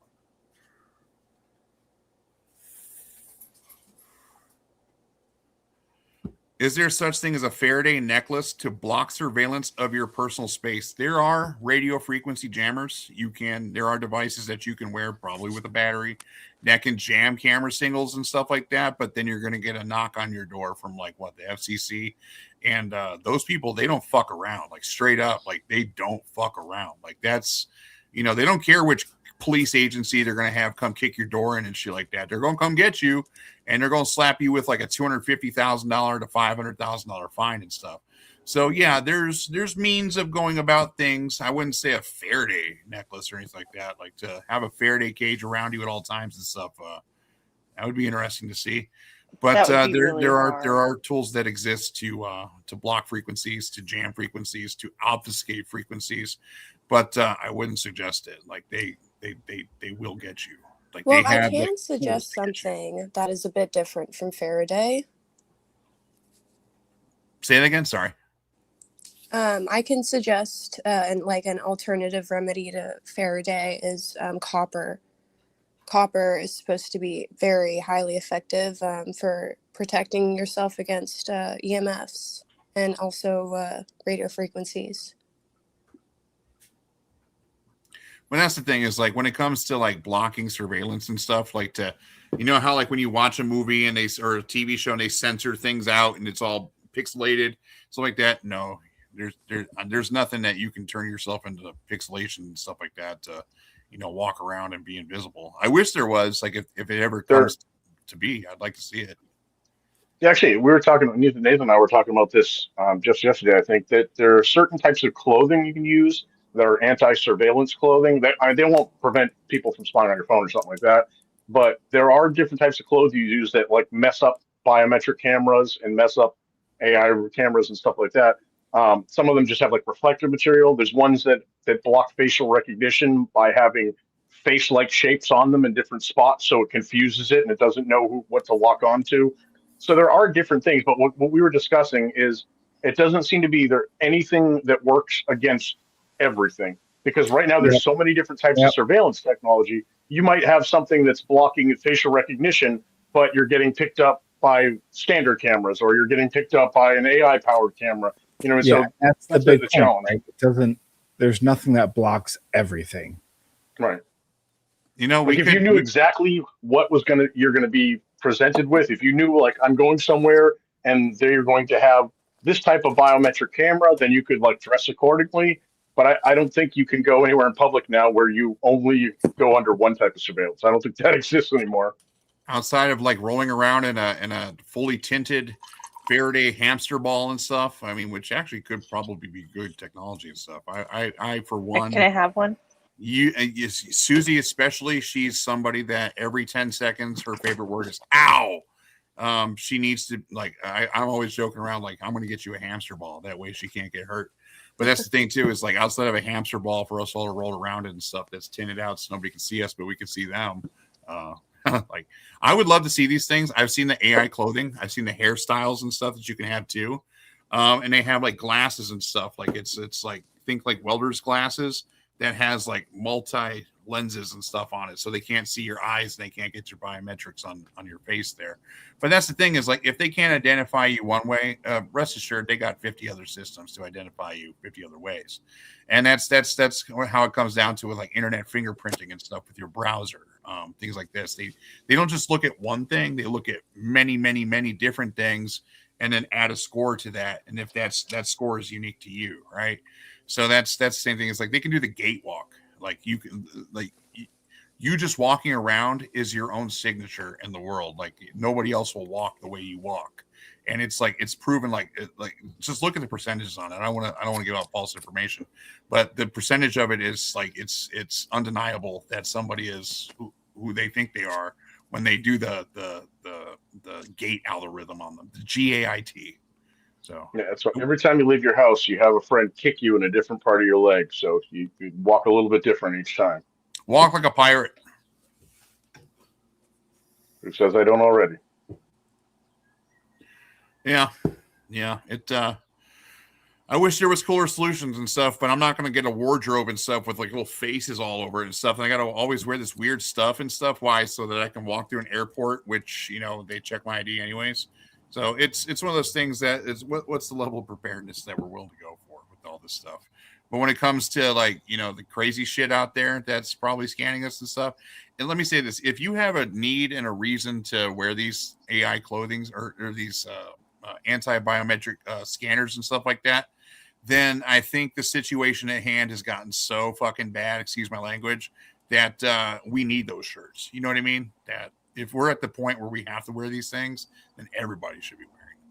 So it's looking like it'll get to that spot eventually and stuff. But like I said, it's if they can identify you one way, they'll identify you another.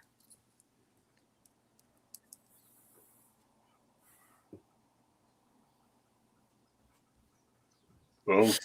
All right, ladies and gentlemen, I think we had a wonderful stream. Are there any more questions? check the I chat think real it's quick. been pretty great. Yeah, it's been wonderful. I love these topics.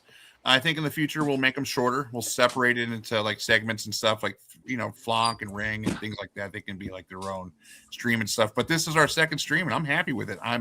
It feels great.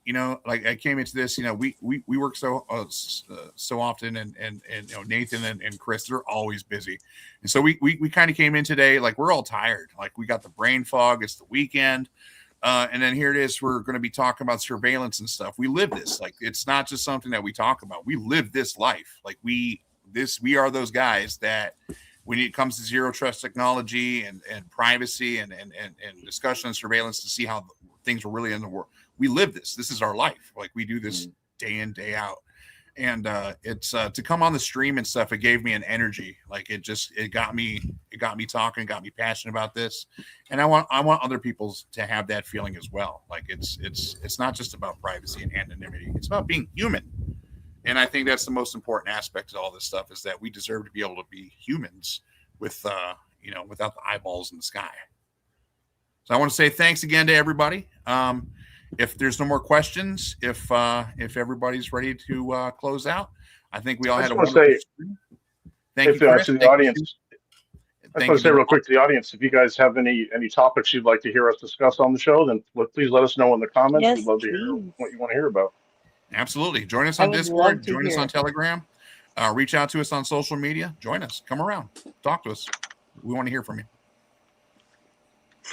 Thanks, everyone. Have a good day. Thanks, everybody. Have a good one. Thank you, guys. See you next week. Safe place where the speech is always free, where cypherpunks go to just hide and speak. Hide and speak. We stay in the shadows and make some noise. Hide and speak. Digital freedom, yeah, that is our choice. Hide and speak. Privacy doesn't mean not having a voice. Hide and speak. What you wanna share is only your choice. Hide and speak. The early internet was the wild, wild west. Strange. Free. We explored, we broke things. And yes, we failed. No rules. And that was beautiful. But times have changed. We hesitate. We censor ourselves because we know they're watching. Surveillance kills curiosity, turning the internet from a frontier of hope into a cage of silence. And your VPN? It's based on trust.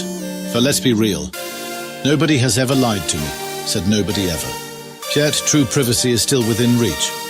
vp.net doesn't rely on trust, it runs on real-time proof. Because privacy is about becoming your truest self when no one's watching. So you can be the best you when they are. Otherwise be an NPC, a digital product, and lose. vp.net, don't trust, verify.